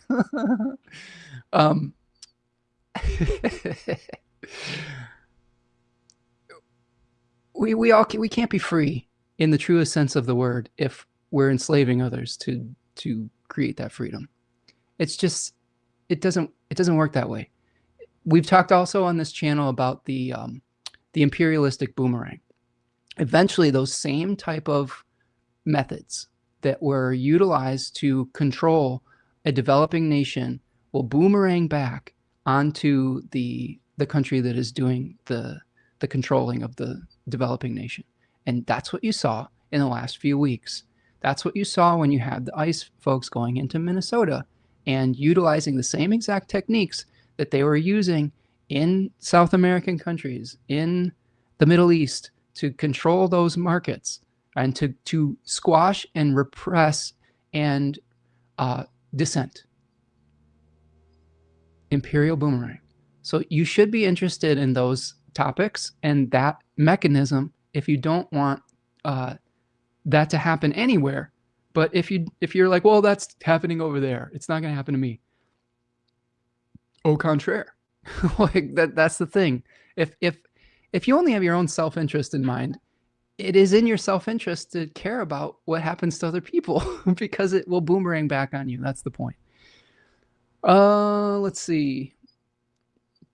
Ronnie says you don't want any plummeting Bitcoin right now? Buy low. No, I don't. And I've been really considering. There was a time where I was curious about Bitcoin and got kind of caught up in the little bit of the, I don't know. I got a Coinbase account, and I think I maybe put a couple $100 into some Bitcoin type currency, and I haven't touched it for like 6 or 7 years. Not a lot, not anything worth anything. But I'm like, I need to get rid of this. I don't even want to participate in this. Like, I think that I would like to divest in those things as well.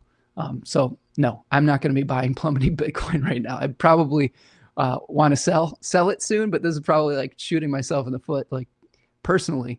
But this is the thing. Sometimes we have to make sacrifices if we want to make changes within the system. Yeah, we might have to sell the Bitcoin that we bought at a lower price to just get out of the casino that it is completely and not support that type of thing at all. Next November, Bitcoin should be fun. Squash and cukes too. There you go, Rose. Cherry tomatoes will reseed themselves. I love it.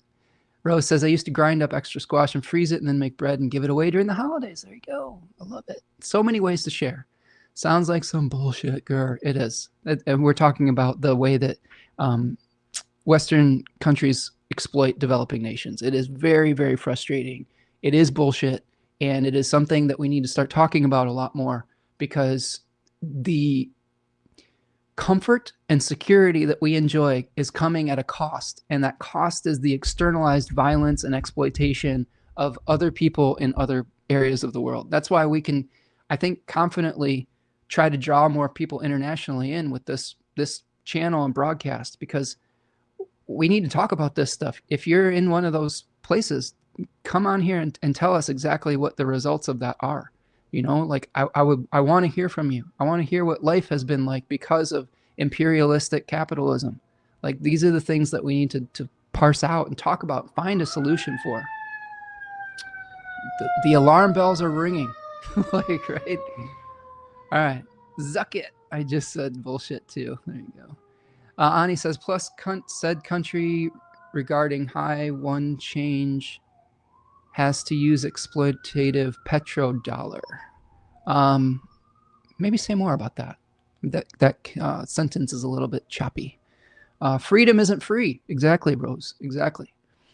Sorry, country regime change has to pay us back in our currency, so BRICS is divesting. Yeah. There's so many ways that it opens up corruption. So 100%. So Uranus and Taurus squaring the eclipse in Aquarius. What two forces are actually competing at that point? Okay. Well, Aquarius III says, I need to just leave this behind completely. Taurus III says, maybe we can fix this. Do you see what I'm saying? Do you see where the tension is with this? So in this eclipse, the tension that comes up is, God, we're so frustrated with this. Just burn it all to the ground, right? Uranus and Taurus says, well, hold on a second. Hold on, man. Maybe we can fix this and make the transition a little bit gentler. Maybe we can make this transition a little less violent. Maybe we can make this transition a little smoother. In sacred economics, this is demonstrated by a curve. All right. So on page, they're talking about steady state and degrowth economics. He has four curves. First curve shows how we think about our economic system right now, an exponential up curve. The second one here shows what a lot of people think might happen is we have this tipping point where everything collapses and we go way, way back. Like we have this huge, like catastrophic bottoming out. Okay. Well, he's offering a different solution potentially, like the leveling off steady state. right? Where there's one way maybe we could have gotten to a point where eventually our growth levels off and then it becomes into this steady state. Now he's saying that we had an opportunity to do this in the 60s. He's saying we're probably more likely to get to this point right now. This curve shows a leveling off, but a reduction, right? Where we need to reduce the way that we're turning collective commons into money for the health of the planet. But it could be a more, if we start to do these things now, it could be way less destructive. If we preserve the natural gifts and commons and resources now, anything you do to conserve all of those things can help make that transition maybe a little bit less catastrophic. This is why it's important to protect the ice shelves of Greenland, to protect the ocean temperatures and the barrier reefs and all of these things, because every single thing we do can help make the transition maybe less painful. And he's a very smart guy. And I think that there is a mindset of some of these insane billionaire people like Musk that believe in that exponential growth curve all the way up, that says, you know what, once we use up everything on this beautiful planet, we're just going to go and colonize another one and use up its resources. We're just going to move everybody to Mars. Yeah, man. And we're going to take a giant cock and we're going to just get in our giant cocks and go into space and go fuck another planet. That's what it feels like, doesn't it? Well, I'll tell you, it doesn't have to be that way. And I think that this planet has been so generous with us as a species. I think it's our duty and our responsibility to show her some love as a lover, as a mother, as someone who cares about what happens to her rather than just using her up and kicking her aside. What kind of children would we be if we treated our own mothers that way, used them up, kicked them aside when they didn't have any use for them? How do we take care of the people that have been so generous with us over the course of our life? How do we take care of our mothers, fathers, elders? How do we take care of this earth as lover in an equal partnership rather than one that just takes and takes and takes and then just kicks it aside when it's used up? How do we get out of the Leonardo DiCaprio model of relationships with the earth, where we're just like, we just use it up, and if it's too old, we're just kick it aside and go get a new planet? Come on. Come on. Right? Yeah. Kwa says, yes, they're all a bunch of floppy dildos. Yes. And that's why, it's interesting to see, like, there was like a dildo, there was something where there was a group of protesters were throwing dildos at ice vehicles in Minnesota. It was awesome. But yeah, how do we get out of that mindset where we just use something up, that there's just something new we can use up? It doesn't have to be that way, right? And this is, I think, the tension between Uranus and Taurus and the Aquarius lunation is, I don't think we necessarily have to burn everything to the ground. I hope not, because that will be so much collateral damage. So much collateral damage. My hope is that there is some sort of awakening where we can start incorporating these more just ways of doing things. There's some things we can preserve, and there's some things that we will have to discard completely. And I think that's the tension with Uranus here, is what can be fixed. This decan talks about the Litai. The daimon or spirit in Taurus 3 talks about 8, which is, let's say 8 is the billionaire class that's been the monopoly class that's been stepping on the proletariat class, okay, for decades, centuries, etc., through their rashness, through their greed. Okay, 8 was a demon that stepped on the heads of humanity and created ruin. Now the Litai came behind and offered up repentant prayers. They were these hobbled old women, these elders that offered up repentant prayer after the destruction of 8. How can we be the embodiment and the manifestation of the Litai, following behind this wake of destruction, saying, how do we create sacredness and a sacred relationship to our economics, to our monetary systems, to our earth, a sacred relationship? And I think it comes through asking these types of questions. I think it's coming through saying, well, we don't necessarily want to completely burn and raze the entire planet to the ground, but we do need to really take an enormously hard look at how we are organizing the way that we're doing business. Okay. Devin says Haiti had to pay France for its freedom. Exactly. This is another example in this book. Then the U.S. bought that debt, so now Haiti owes us. Perfect. Here's another realization, Devin, that was just blowing my mind. World War I. World War I was the stupidest war probably ever. We had Germany and Britain and France going at it for, I don't even know if they really know the real reasons at this point, okay?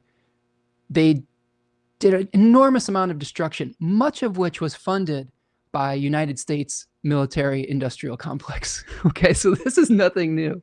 We funded much of France and Britain's weaponry in World War I. When we started to see them not having the success, we were like, well, we got to get involved to protect our investment, right? Okay, to protect the debt that we just gave them for these weapons, okay? At the end of World War I, when both sides were just like, we're exhausted, everyone's dead, this is pointless, let's quit, they did something called the Treaty of Versailles. And in the Treaty of Versailles, France and Britain said, hey, Germany, we know that we've all just destroyed each other's shit, but you owe us the cost of this war. We're not gonna let you rebuild your country. You're going to owe us the cost of rebuilding our country. And we're not going to allow you to have trade routes to actually finance and fund that and repay that debt, okay, which is crazy. And the United States could have done the amazing thing here. They could have said, you know, France and England, we forgive your debt. And what they would have done in that case is they would have prevented potentially the radicalization of Germany, because leading up to World War II, Germany had a 40% unemployment rate. 40%. A lot of this because England and France continued to choke off trade routes so that Germany couldn't repair their economy. And Germany and France said, well, you're going to have to pay for the cost of this war. But it was the United States that perpetuated that by not forgiving those debts. We could have prevented World War II, because I truly believe this. Because what happened was, when people get so desperate, and you see this happening now too, in America on some level, people on the MAGA movement, they're mostly poor rural folks that are desperate because they've been abused by an oligarch system for a long time. And what happened in Germany is they started to do irrational things. They started scapegoating. They scapegoated, you know, millions of Jews.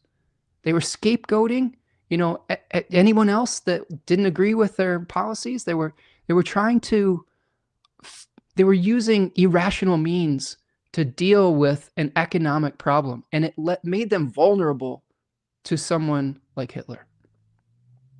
And now we've done the same thing in America. We've done the same exact thing. We've repressed the working class to the point where they've become vulnerable to doing irrational things that aren't even in their best interest, and that are scapegoating the people that are in an even more vulnerable position.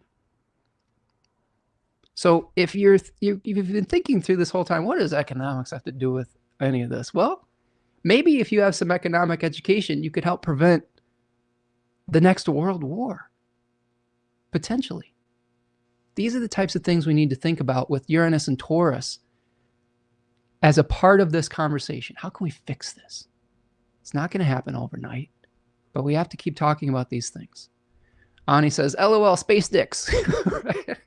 That's always been so ironic to me. That's just so right on the nose, right? Let's take this super young, dominating type of energy with billionaires where we, you know, they literally will just make a dick to go into space and just, try to fuck something, fuck up a new planet. It's crazy how on the nose it is. Yeah, tribalism, Rose says, grr. Yeah, and we're getting to the point now, and we might not have been able to see the effects on other countries in our infancy of our own country. It may have been more difficult to get that information because of control of media and because of the way that the corporate interests controlled the 3 stations we had on TV or the newspapers, etc. But we don't have that excuse now. We can see with our eyes every single day the destruction that it is wroughting on places that we don't live. This is the big change with the internet, is we don't have an excuse anymore, right? No excuse anymore. We have to see it. We have to reckon with it. Devin says, do your sources mention the Knights Templar and their role in banking? They didn't. Like, which is, and that sounds familiar from Indiana Jones and the Last Crusade, and like their role in protecting the Grail, right? But yeah, tell me more, Devin. I'd be curious. Anyway, okay.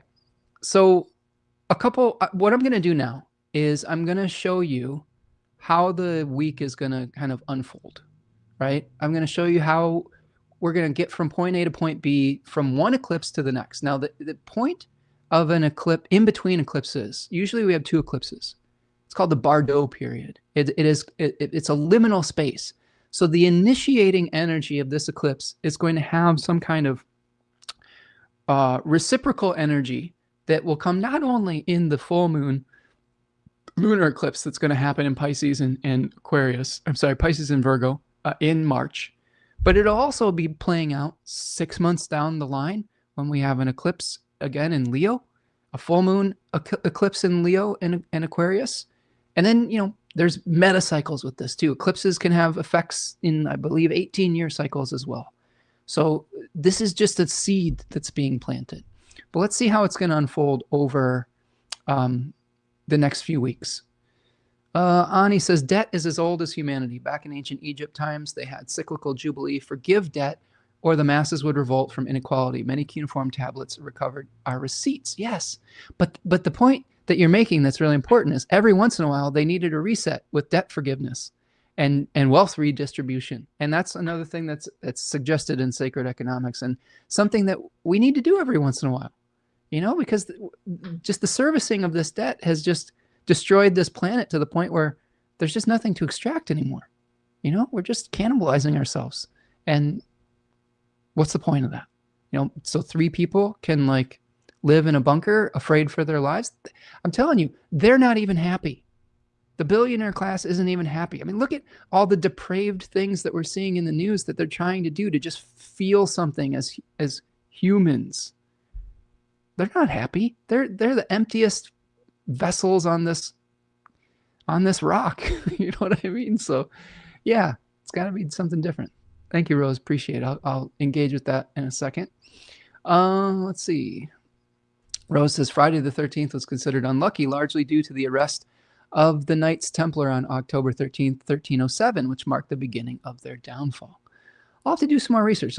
So Devin is bringing up some things with their banking role. So if Devin has some more information on that, I'd be happy to share that. But let's look at the chart. And here it's big. Okay, I'll be little for this point. Like, I'm probably not going to chop this up into little things anyway. So there you go. You guys win. Devin says, also Saturn rules the ultra wealthy, and Pluto is digging that out. There you go. It's exposing the corruption inherent, right? So let's look at Venus conjunct the North Node here. This is, I'm going to put on the outer chart is going to be, let me see if we can still see this vertically. Yeah.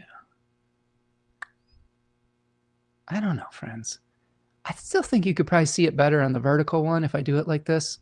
Is it going to really bother you if I keep it like this? Anyway, I digress. So what we're going to see I'll try to narrate it the best I can. If you want to follow along, I'll give you the dates on your own charts. Okay.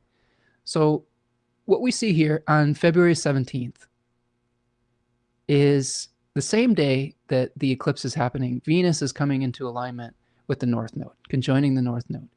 Now, it's in aversion to the eclipse, which means that it doesn't have a clear line of sight.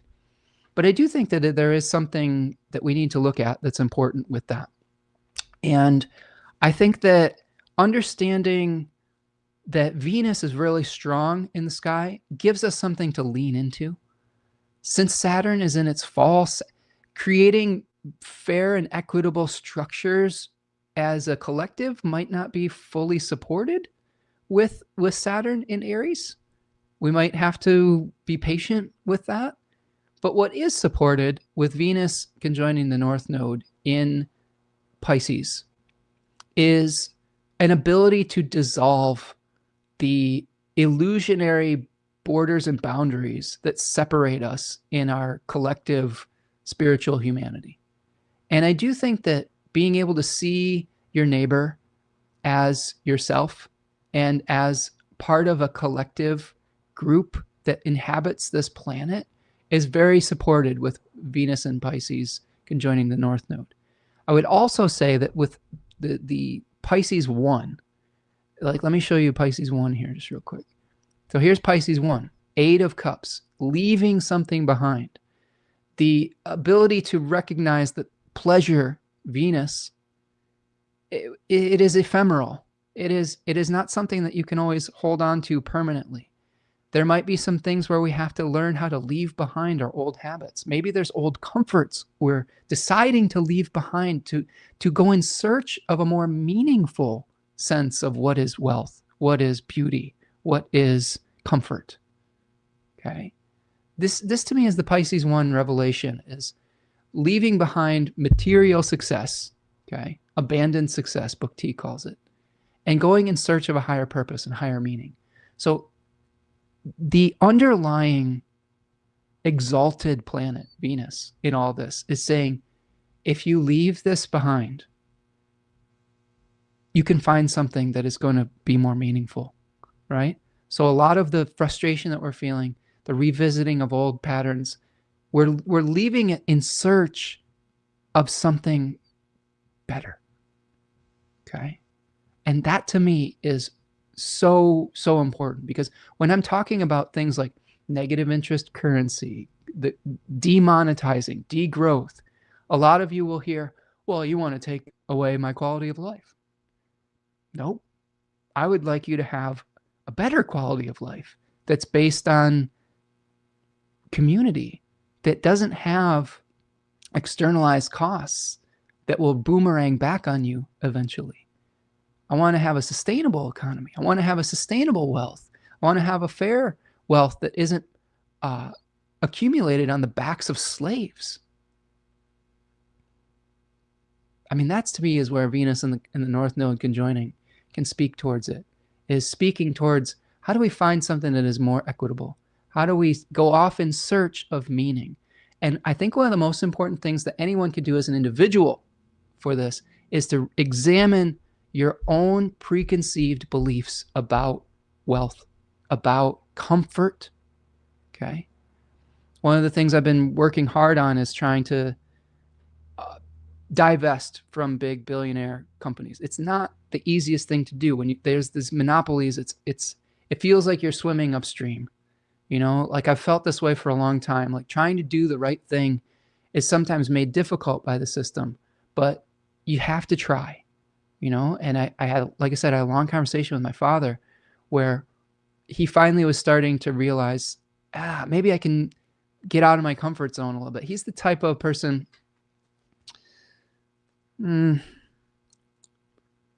he's a Taurus rising. Let's just put it that way. He's a Pisces sun. He cares about people. He really does. He's a kind man. But there has been times in his life where he believed that if he just kept his nose down and didn't challenge anyone, that he would be able to be left alone and in his comfort. And maybe that worked for a portion of his life. but that externalized costs.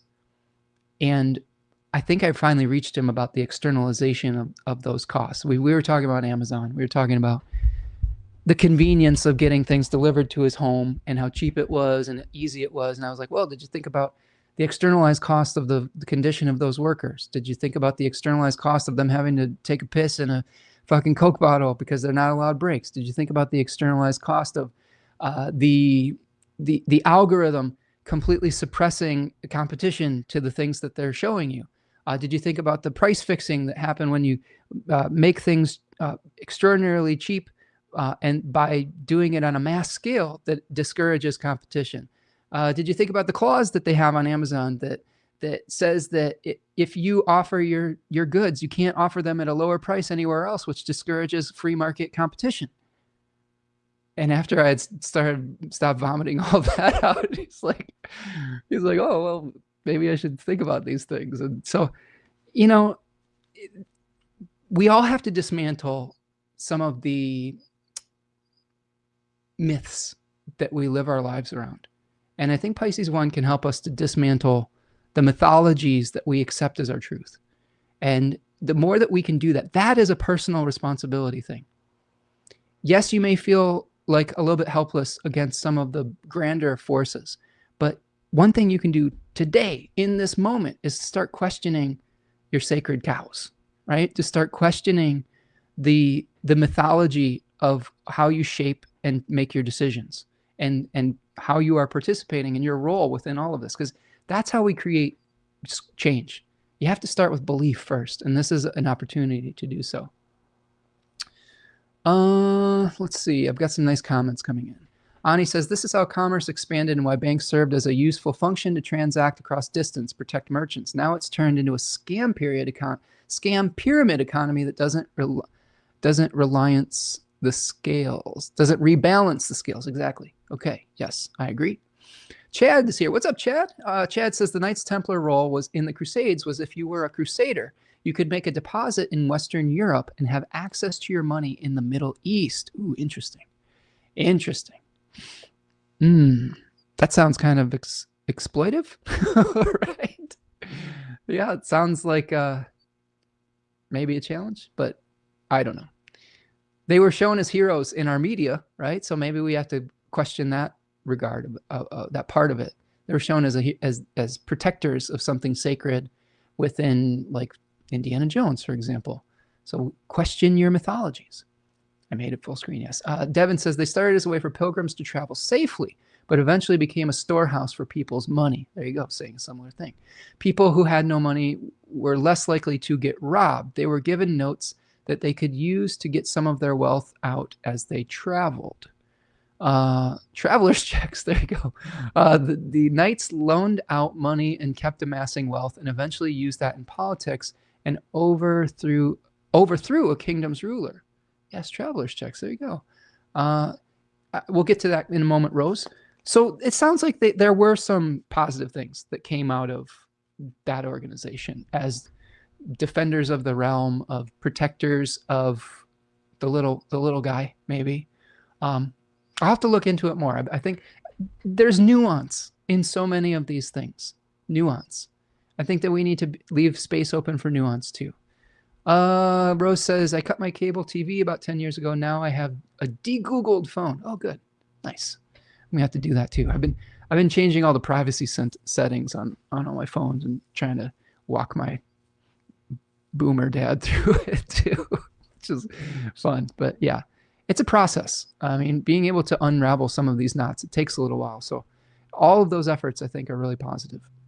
Okay, so let's go back to the chart and let's move forward. And I'm going to move forward to, let's see. So the sun moves into Pisces on the 18th. So again, here's the sun in Pisces.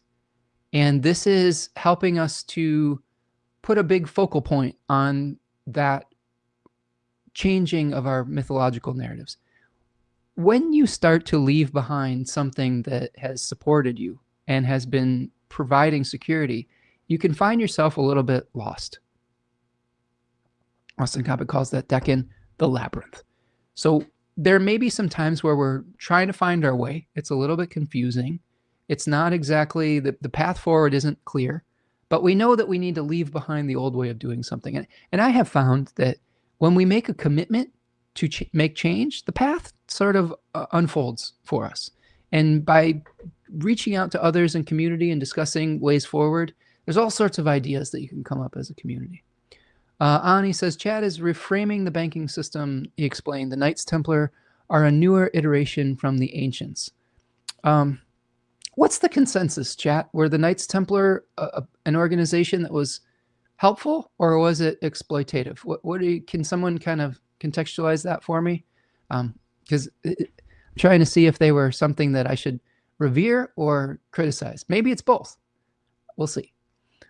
So the first aspect that the moon is making after the eclipse is a trine with Jupiter. And this is happening at about 15 degrees or so. Yes, 15 degrees. 15 degrees. We have the trine with Jupiter. Now, this to me is generally positive. When we have a first aspect of the moon as it's released from the bond, oftentimes it'll give us an indication whether the unfolding of the seed, the unfurling of the leaves, is a smooth process or one that's a little bit more painful. So the trine with Jupiter seems to suggest that this process of leaving something behind, of trying to fix the things we can and discard the ones that we can't, might be smooth. And one of the things that we're going to try to have to do with the moon at 15 degrees of Pisces, trining Jupiter at 15 degrees Cancer, is think about how we can bring the new vision out of our imaginations and into the real world. We may have to protect those ideas and put them behind the walled garden for a period of time, which is Cancer 2.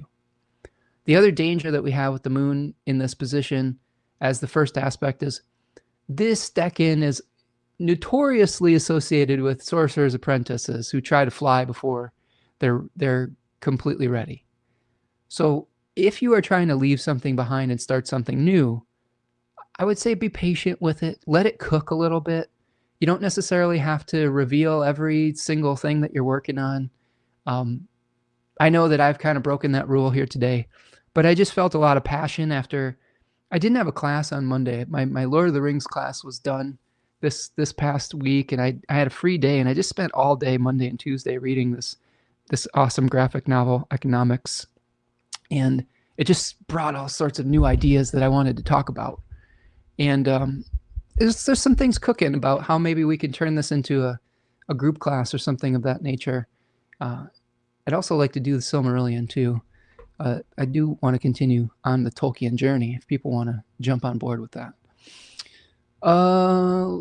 Ani says they basically debanked and created a version that competed with the king. Ooh, nice. Okay. Devin says, well, the Crusades are basically an attempt to occupy the middle way, the Middle East, the way Israel does now. So that's problem, right? They were murdered for stepping up successfully. So there is two kind of things that we have to unpack with this. This is why nuance is important. So they did help create a new system that was decentralized. So that's maybe a check in the positive.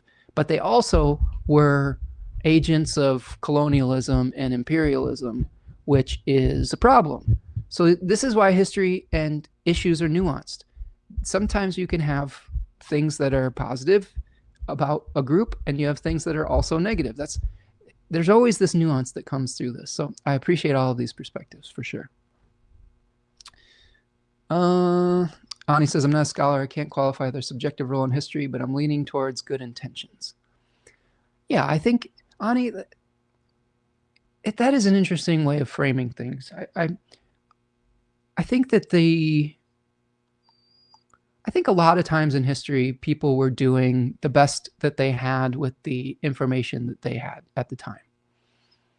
I also would say that sometimes some of the most heinous acts in history were carried out with people who thought they had good intentions, right? So I think it can be both. I don't know enough about the Knights Templar to make a definitive statement of good or bad. Like, that's why I said there's gray area. I think we have to really be careful of like doing that, because there's so much nuance that's involved in some of these historical things. There could be parts of what they did that were very good. There could be parts of what they did that were very problematic and that we need to work through. So yeah, I'm going to hold that space for that nuance.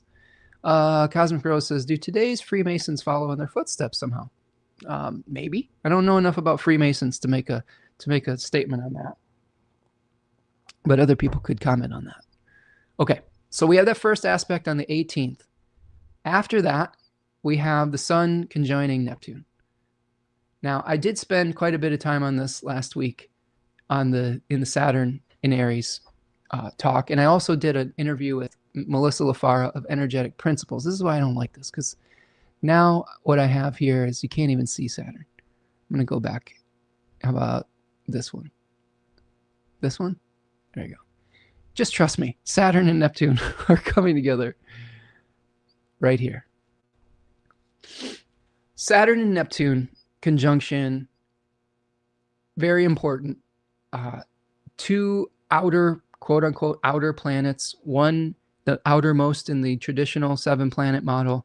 Another one, a transpersonal planet in the modern sense of the word. The last time these two planets came together, I believe, was in the late 80s in Capricorn, when the Berlin Wall fell. So we've been talking about themes of something has to dissolve for something new to be created. And I feel that energy in the air. I feel the energy of like, hey, you know what? This exploitive, excessive yang energy needs to dissolve so that we can have a more balanced expression of our collective humanity moving forward. So we are going to be seeing the dissolving of things, potentially the dissolving of the organization of nations. We have a lot of fallout that's been happening from the Epstein files coming out with with countries other than the United States, because for whatever reason we are unwilling to hold accountable the people that are in those files, probably because the people that are in those files are actually in control of the government right now, which is how do we fix that? Your guess is as good as mine. But I do think that there's some reorganization that's happening in the world with this, and that there's also the potential for a desire for salvation through the restructuring of things. And this often happens with Neptune cycles as they begin, where we have this very idealized vision of how we can change something, how we can dissolve old structures. And then by the end of it, we see that the idealized thing that we put our energy into has flaws of its own. So I would say just be careful around this period of time of getting so idealistic that you're overlooking some of the realistic ramifications of what your new ideas might be. That's always healthy, I think, in a lot of situations. Ani says, but you know what they say about good intentions? Road to hell. They say, yes, there you go. I don't know. I'm not a scholar. I just hang out with people smarter than me. Well, that's what I'm trying to do here today. And you're a part of that, Ani, so thank you. Okay, so Saturn-Neptune conjunction. If you want a full treatment of that, go back to the Saturn live stream from last week. Go back to the Saturn-Neptune discussion with Energetic Principles and Melissa LaFara. I'm going to keep going. Venus trines Jupiter on the 22nd. This is a kind of nice little respite within all of this. We've got Venus at 15 degrees Pisces, trining Jupiter at 15 Cancer. So I think this is oftentimes Venus will bring us the resources we need to bring something into reality by us becoming open and receptive. It's very yin, and it's extremely yin in this decan of Pisces. So I think that this could be something where we are able to be open to receive inspiration, to be able to start to make that new start. As with any Venus-Jupiter contact, careful not to overdo it. The only danger, I think, with this, or one of the dangers, I guess, with this generally pretty positive trine, you've got two exalted planets trining each other. That's nice. This is overdoing it. So I think that this is a time where we could have really beautiful visions and pleasures, as long as we don't overdo it. I think that this could be a really nice moment, the 22nd on Sunday. So that weekend could be some really powerful manifestations. Rose says, the Freemasons say this: we are grateful for what we have received and want to give back to our community as much as we can in a variety of ways. I like that. That is a good intention. First quarter moon on the 24th. So this is a square between the moon in Gemini and the sun in Pisces. Generally, that decan of Gemini, first decan of Gemini, is related to feeling a little bit paralyzed because of so many options. So I think as we are trying to unravel and leave behind our old beliefs and narratives, we might be a little bit confused at all the new information and options moving forward. So this is really the challenge of like finding, okay, how do we find our way out of this labyrinth? We found our way to the center. We found some meaning. How do we find our way back out? How do we hold on to the thread of Ariadne to guide us back out to the light? And we might need to go slow. We might need to process and digest. And I think that with this first quarter moon, we have to kind of be open to new ideas that come in without making any definitive statements on what the new story is going to be. And that's important because the next day, Mercury, well, 2 days, Mercury is going to station retrograde, 22 degrees of Pisces on the 26th of February. We have a Venus-Mercury conjunction formulating around that period of time. This one's fascinating to me because generally Mercury has some trouble. It is doubly debilitated in the traditional sense in Pisces, with Mercury being both in exile and fall in Pisces. Because Mercury has a lot of rational qualities and linear qualities, categorical qualities, but in Pisces they all merge and blend together. So this quality of nonlinear thinking, this quality of not saying what we mean, or having difficulty saying what we mean. Sometimes we speak better through metaphor, through poetry, through figurative language. I'm really curious, though, about the concept of, in Vedic astrology, of a planet that's in its fall. Retrograding can tend to act like its opposite. Keep this in mind that this works, too, for a planet in its exaltation, retrograding, acting in its fall. So test that out over the next few weeks. Maybe there's something where if you have a retrograde Mercury in Pisces, there will be a heightened ability to make exchanges, a heightened ability to say what you mean. I think the last time this happened was last spring. I remember this time, my partner and I were ordering a lot of trees. We had started to think about changing our backyard and restoring the habitat and making a food forest. We were trying to order native trees and bushes to make it kind of a habitat, not just like agriculture, but one that was sharing with the animals and birds and things of that nature. And we had a lot of exchanges. Some of those exchanges, we made a lot of decisions. Some of them were delayed, like some shipments were delayed of trees, and like some arrived dead. And some we had too much. I think that the danger that we fell victim to was doing too many things, being too idealistic. So if I'm going to learn something from that, I would say that, yes, there's a lot of decisions and exchanges that you can make during that time, but maybe try to keep it within a reasonable scale and realize that some things may have to be redone with that Mercury retrograde period. But I'm really curious as if there's an expression that leads to some kind of exalted energy within that. Rose says, good time to dream and create. Write it down. I love it. Absolutely. On the 27th, the sun conjoins the North Node, right, in the first decan of Pisces. Similar themes to when we were talking about Venus conjoining the North Node, but there's a little bit of a different flavor. Venus can speak towards the things that we desire. The sun is more about, I think, an awareness, a spotlight, really showing the light on our stories rather than our desires.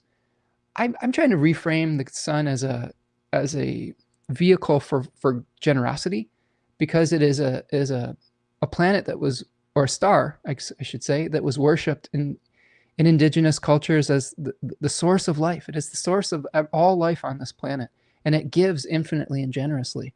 So maybe there's a way to recontextualize your generosity story What is it that you have to give? This is something I'd love to do a workshop on, is how do we recontextualize our solar myths and our solar stories and our roles with our suns? Where can we give the most? Where can we create an infinite ability to give and to create vitality in our communities through our sun placement?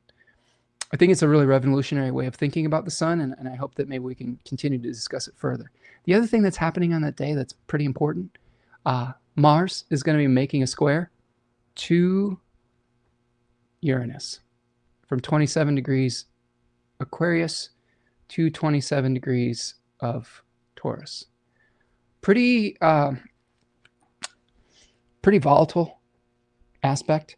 I would also offer that this is one that will most definitely include Donald J. Trump, because he has Mars at 26 degrees of Leo. So he will be experiencing a Mars opposition and a Uranus square with his natal Mars. So watch for him in the news. That is, I'm not going to just start to make a conjecture as to what may or may not happen, but often Mars will bring us unexpected severings and separations, unexpected violent events. So keep your eyes peeled on that. He is going to be under the influence of this Mars-Uranus square very deeply. And what that means for us, we'll have to see. I'm crossing my fingers that we steer clear of his attempts to distract from his own corruption. This is the pattern that we see. You have a spotlight on people of power, and then they create some other crisis to distract from that revelation. And I'm pretty nervous, to be honest with you, about that. I don't think we should live in the fearful expectation, but we should definitely know what is going on around this day in particular. What can you do when there's a Mars-Uranus square in the sky? I think it's, first of all, take things slower, have your support systems in place, make sure that you are well rested, well fed, well centered, so that if things do come up that are throwing you off your routine, or if there's things in the collective that come up that are a little bit unsettling, that you are able to respond in a way that is calm and centered, and the actions that you take from that place of preparation might be much more effective than if you just allow the anxiety to build to that point, so that when the event happens, you tense up. Like, think about a car accident that you could see coming. If you tense up your legs, the more it's more likely that you're going to blow your knees out. Okay. But if you go limp, if you get all relaxed, it's like if you're falling off a horse or whatever, you want to go limp. I don't know if I've never fallen off a horse, but I've been in a car accident before. And sometimes we don't have time to do that. Sometimes it's just on us right away. But this is the beauty of astrology. This is like seeing that 3 miles down the road, we're probably going to fall off the horse or run into the car. And if we prepare our minds while we're approaching that to be calm, to be centered, we might be able to survive that better than if we weren't prepared. This is the beauty of pronoia, foresight. KWOW says, it sounds like a fabulous workshop idea. Yeah, I am really into the economic models and astrology, and trying to look at these things through astrological and symbolic lenses. So it's brewing, KWOW. It's brewing. If enough people reach out and say, I'd be really interested in doing that. I was thinking about maybe trying to do it as a pay what you want, maybe a gift economy model to try to test that out. But if that sounds good to you and you want to learn more, let me know. It could be a workshop. It could be a class. A lot of forms it could take. Devin says 26th is the day Hillary Clinton is testifying in Congress. Oh, wow. Wow. What is lighting up in her chart? I haven't looked at her chart with all this, but could be some bombshells with that for sure. Wow. Okay. That's a good piece of information. Yeah, that could really shake some things up. She's a lawyer. They're lawyers. Doesn't mean that we're going to absolve them of like their wrongdoing, but it's going to be interesting. Ani says, I know a living version of fallen Mercury retrograde in a strong house above the ascendant, successful even though they had to overcome obvious impediment. He speaks truth even if controversial with Mars and Pisces. Okay, good. Yeah. We should keep testing that. That's a theory that I've been working with, and I think it's a really fascinating one. Devin says, last year Mercury retrograde was in Aries, but Venus did retrograde from Aries back into Pisces.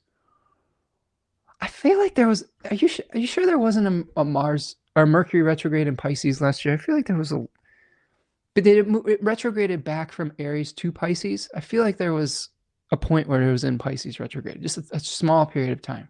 Am I remembering this incorrectly? I'll have to figure it out. Devin says 27th is when Bill Clinton is speaking to Congress. Saturn in Aries is a return to his impeachment. Ooh, man, this is getting spicy. The layers. Yeah, that should be must-watch TV. I wonder if Trump's dementia will be exposed. That is also a possibility. He seems to be degenerating by the day. We'll see. Ani says, I say he is a good testament of this theory with retrograde Mercury behaving well, transforming his environment in a positive way that well received by his proponents. There you go. Right. Yeah, Scorpio sun. But Hillary Clinton has a Scorpio sun, right? Yeah, interesting. Okay, so Mars, Uranus, just like shocking revelations, potentially. Definitely just lighting Trump's chart up. I haven't looked at the Clintons' charts with this yet, but we can look at that and I can check back in with you. But really good context for that with the Clintons, testifying. That could really be a major shakeup with the current administration and revelations that will hopefully bring justice. Venus is going to conjoin. Venus is going to conjoin Mercury retrograde on the 28th. Okay, so this is a coming together with Venus and Mercury here. We talked about this in the astrology of February, but potentially smoothing over of messages, the potential for reviewing our ability to make sacrifices. This decan of Pisces is a lot related to understanding the sacrifices that we have to make. So we may have an understanding of how we communicate the sacrifices that we need to make and how to bring people together through sacrifice. There was a Mercury, there was as well a Mercury in Pisces, one on a plane. Oh, okay. Nice. Okay. Last two things here. Mars moves into Pisces on March the 2nd. March the 2nd. There we go. Here's March the 2nd. Mars moving into Pisces. So we got this big stack up. Mars, Sun, Mercury retrograde, Venus, all in Pisces. A lot of water after we've been dealing with a lot of air. So just a lot of emotional energy that's coming. Now remember how when planets are traveling together in this big stellium, it's interesting to see how the story unfolds. A lot of times we had Mercury going first, asking questions. Then we would have either Venus or the Sun afterwards, depending on which one was moving faster, bringing revelations, harmonizing, and then Mars would come and like sever and separate, take action on those revelations. I think that the story that we'll have with these planets moving through Pisces and helping us to understand and unravel our old stories and narratives, first we have to revisit them, we have to question them, we have to shine a light on them. And then with Mars, we need to kind of remove some of them. We need to let go of some of those old narratives, let go of some of those old ways of doing things. And it might not be linear. The letting go process, the severing and separating process might not be clear.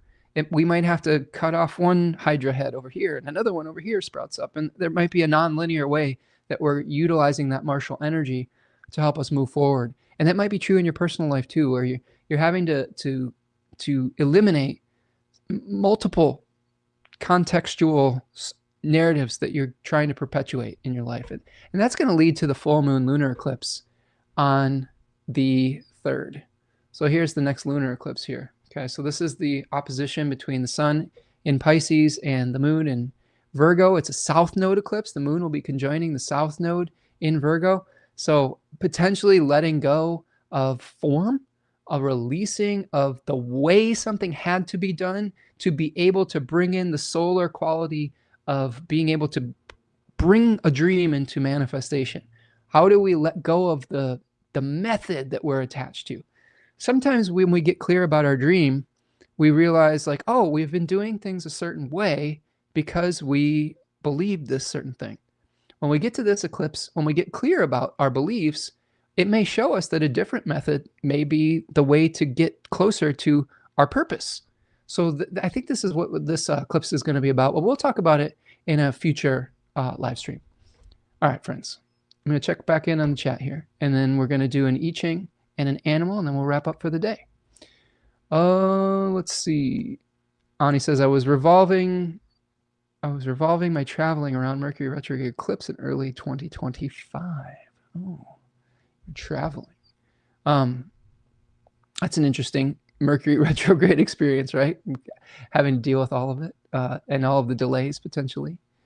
Cosmic Rose says, stock up on popcorn. I would say that sometimes I wish there were less popcorn-worthy events happening. But those are not the times that we are living in. These are times where we need to pay attention and we need to utilize that information to start making changes so that we can live in a more just and fair world. Okay, so let's look at this hexagram. It's perfect. It's perfect. It's perfect. I draw these and I'm like, haha, universe. This one's 51. Shock. Okay, so here is hexagram 51.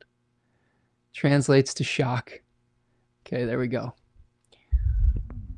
It's changing to hexagram 17, following. Now, this is the most Uranian of hexagrams, in my opinion. Okay, so it translates to thunder, shake, quake, upheaval, the arousal, reassessing your life, shocking you out of your lethargy, hidden potential and sudden change, blessings in disguise, taking action. All right. Something unexpected has shaken you. The judgment says shock, success. Thunder comes, crack, crack. Afterwards, there is laughter and talk. Ha ha. The shock terrifies for hundreds of miles, but he does not let the sacrificial spoon and chalice fall. This is about maintaining your composure during these shocking events, in my opinion. It says something unexpected has shaken you. You had not prepared for it. Suddenly, your life seems in an upheaval. You experience fear and panic, but once your initial reaction subsides, you will recognize that the sudden turn of events was for the best. You have been caught by surprise, but if you hold yourself properly, something positive can and will emerge from the shakeup. The important thing now is to stay calm and keep your wits about you. Keep your wits about you.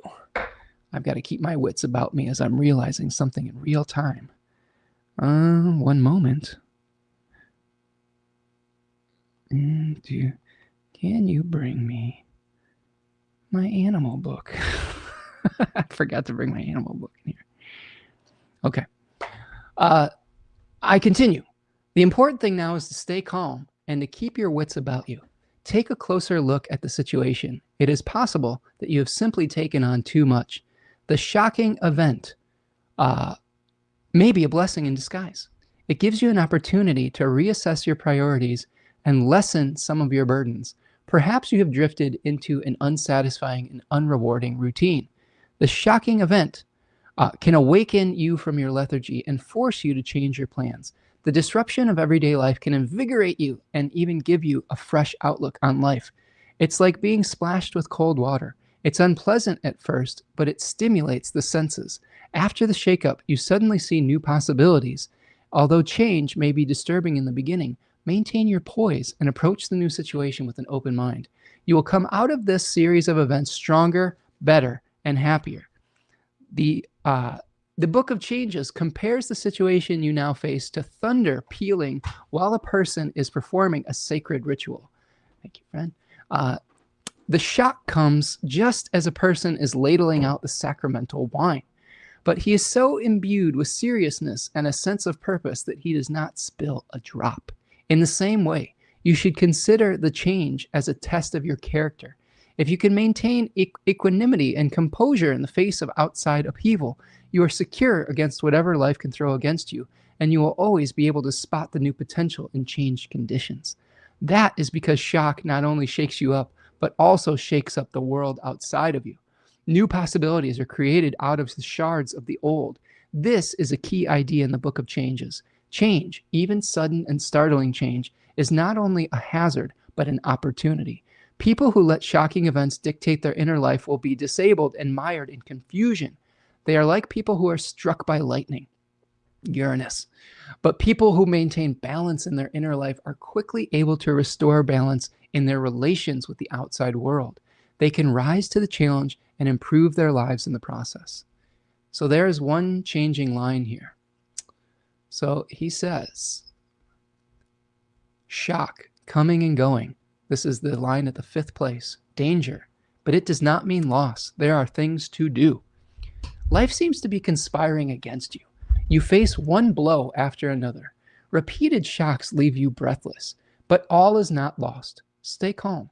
Maintain your emotional balance and your composure. Do not abandon your values. You will have to adjust to new circumstances, but as long as you remain centered, you will be able to handle whatever life throws at you. In the long run, your efforts will pay off and you will lose nothing. The lesson of this line is that those who lack emotional integrity will be thrown about like driftwood in a storm at sea.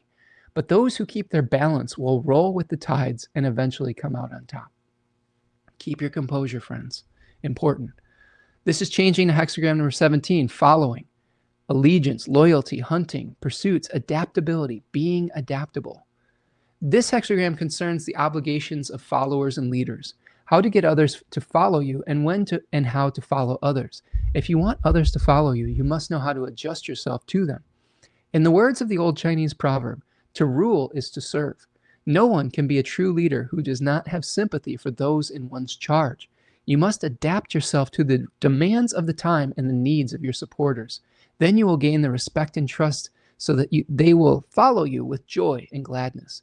If you try to gain mastery over other people through force and fraud, and through conspiracy and connivance, you will poison social relations and breed resentment and resistance. At most, you will gain control of only a faction that must suppress its opponents. You'll only gain control of a faction that must suppress its opponents. If you win power through injuring others, you will have to keep injuring them to maintain your base. That sounds familiar as what we're going through right now. The injuries you do to others will not fade away. They will haunt you later on. Imperial boomerang. On the other hand, if you gain power through winning the trust and affection of others, they will give you the benefit of the doubt when you must make tough decisions that you feel are in the best interest of all. When your leadership is established on trust rather than fear, you maintain the base of support by continuing to work on behalf of those who follow you. They in turn will support your endeavors, and in this way, everyone will benefit. I love that, okay? So try to lead through showing people the benefits rather than through the strong arm, okay? Especially with Saturn moving into Aries, we might be more inclined to use a strong arm. But that might eventually boomerang on us as well. Now, the animal I got for you, and thanks to my beautiful partner who brought me my book that I've forgotten to read out of, I got the chickadee for all of us here today. Tanya to the rescue. Exactly. Exactly. Tanya to the rescue. So here is the chickadee. Let's talk about it. Yeah, let's see here. Rose says, I'd rather have popcorn than escape through drinking. Yeah, there you go. Making better choices. Can Dumpy maintain or sundown all day? We'll have to see. Tanya to the rescue. Thank you, Tanya. Yes. Okay, let's talk about chickadee. Chickadee symbolizes adaptability. Very similar to our hexagram number 17, adaptability and following. This tiny bird can lower its metabolism in order to survive in frigid winter. It doesn't migrate and often makes friends with other small bird species. When foraging for food, it will often hang upside down. This is a very social animal with extreme curiosity and fearlessness. It is very interested in people and will often land in someone's hand. If you put out a bird feeder, chickadee will be the first to find it. It has talents for the ability to influence people, to be accepting, adaptable, agreeable, It attracts people easily. It's brutally honest and can take care of itself if challenged. Cheerful, communication skills, curious. Don't worry or let other things get them down. Easygoing, friendly, happiness, intelligent, interaction, joy. This bird is amazing. It is like a little helicopter in the sky. It can go in all sorts of different directions. It's very confident. It will be the first to visit your bird feeder. There's some places in Michigan where the birds have been a little bit domesticated, and these birds will be the first to eat out of your hand if you have seed. There's a place called Kensington Metro Park that we visit where the birds are very tame, and these little chickadees will come and like eat from your hand. It's pretty cool. They have challenges around being anxious, blunt, commit anxiety, crying wolf, indiscriminate, inefficient, overly dependent on others, overly opinionated, tactless, too obsessed with being popular, underestimated with others. These are symbolic relationships. Chickadee means that you will need to be aware of the people around you. It can warn you that someone isn't being honest and reminds you to always tell the truth no matter how uncomfortable it makes you feel. Chickadee influences personal and business relationships and is a clear sign to communicate effectively, to be diplomatic, and to refrain from getting into a conflict. Chickadee means that now is the time to be open and excited about ideas, projects, and proposals, and the people in your personal life. Now is not the time for secrets, but to open up to creativity and your true feelings. Chickadee's song is unique and once heard is easily remembered. It means that you too can be vocally expressive as Chickadee and as hard to forget. It assists you when you're feeling down about yourself, if your self-esteem is low, or if you're being overly critical about what you've been able to accomplish in your life. Chickadee can help you overcome all of these things and see the brightness within them. You are more than you think, and Chickadee can help you become more accepting of yourself, flaws and all. If you're having a hard time fitting into a new environment or making friends, Chickadee can give you the courage to be more outgoing and increase your social circle. Is someone bothering you? Ask Chickadee for help. The small bird will fiercely attack much larger birds if it feels threatened. It protects others in the flock and its young in the same manner. Chickadee is very intelligent. It can help you with studying tests, decision-making, and oral presentations. Chickadee enhances your musical talents. Its energy sounds like its song. It is light and airy. It has a light and airy chirp that seems to resonate in the wind. Its energy feels vibrant and alive, as if it's tickling and then bouncing off of you. It has a happy, joyous feeling of love. There you go, friends. A little beautiful bird, a very communicative bird. Remember to communicate. Remember to be adaptable and flexible. Remember to be a little bit bold and confident and get yourself out there. You know, this is an important time to speak up in service of the collective. I really do. I don't know if you've all been noticing, but I've been attempting to speak out more about my true feelings about things and not avoid controversial topics and difficult things. And I think that we all need to start doing that and get outside of our comfort zone so that we can speak truth to power, but not just to call out the negative things that we see in the world, but to start sharing our ability to visualize what comes after, right? How do we co-create something beautiful together? And to do so, you need to talk about it. You need to think about it. You need to research it. You need to try something new. And this, I think this animal can really help us with this too. All right, my friends. That's what I've got for you. Thank you for hanging out with me today. Ani says, ancestral wounds never forget. Rose says, chickadee-dee-dee. Yep, that's their sound. That's a good one. That's their song. I loved watching them with doing nature photography, Rose says. They love to tease the wolves waking up late. Foxes too. I love it. Rose says, key phrase among us, D. Yes. Okay. So, friends, do me a huge favor. Like the video. Subscribe to the channel if you're new here. Thank you so much for hanging out with me. Thank you for your sustained attention, for your ability to participate and to stick with something over time. That's so rare, and I feel so honored to have you folks that come each week and share this time with me. It means a lot to me. So thank you so much for that. Go follow me on social media at Spencer Michaud, Instagram, Blue Sky, etc. You can find me at spencermichaud.com if you'd like to reach out for a reading, or if you'd like to find my webinar materials. Also, I did webinars with my partner, Tanya Andrews. You can find her over at Third Coast Mojo. She has all sorts of cool stuff over there on Etsy. Please support her as well. All right, my friends, that's what I've got for you today. Have a wonderful weekend. Have a great eclipse season. We'll keep unpacking this as we go along. Maintain your composure. do all your self-care, try to stay calm with all the changes, but be open and flexible to change, and re-examine your own stories as well. The things that you hold sacred, the comfort zones, it's okay to get a little bit outside of it. It's going to be important and almost necessary to do so moving forward. So that's what I've got for you. Be kind to yourself through these changes. Be kind to one another. Thank you so much, KWOW, for the super chat. Appreciate you at the end here. Thank you so much for your support. But be kind to one another. I know that we got to call out the corruption, but we can be kind to our neighbors. We can be kind to our community members. And that's going to be so important as we move forward away from this toxic masculinity, this toxic yang energy, and into something more balanced. We've got to create those relationships and be open to that and accept people into our lives as well. So I hope that you'll do so. Thank you for accepting me into your life, and we'll see you the next time. Appreciate you. All right, friends. Take care. Peace.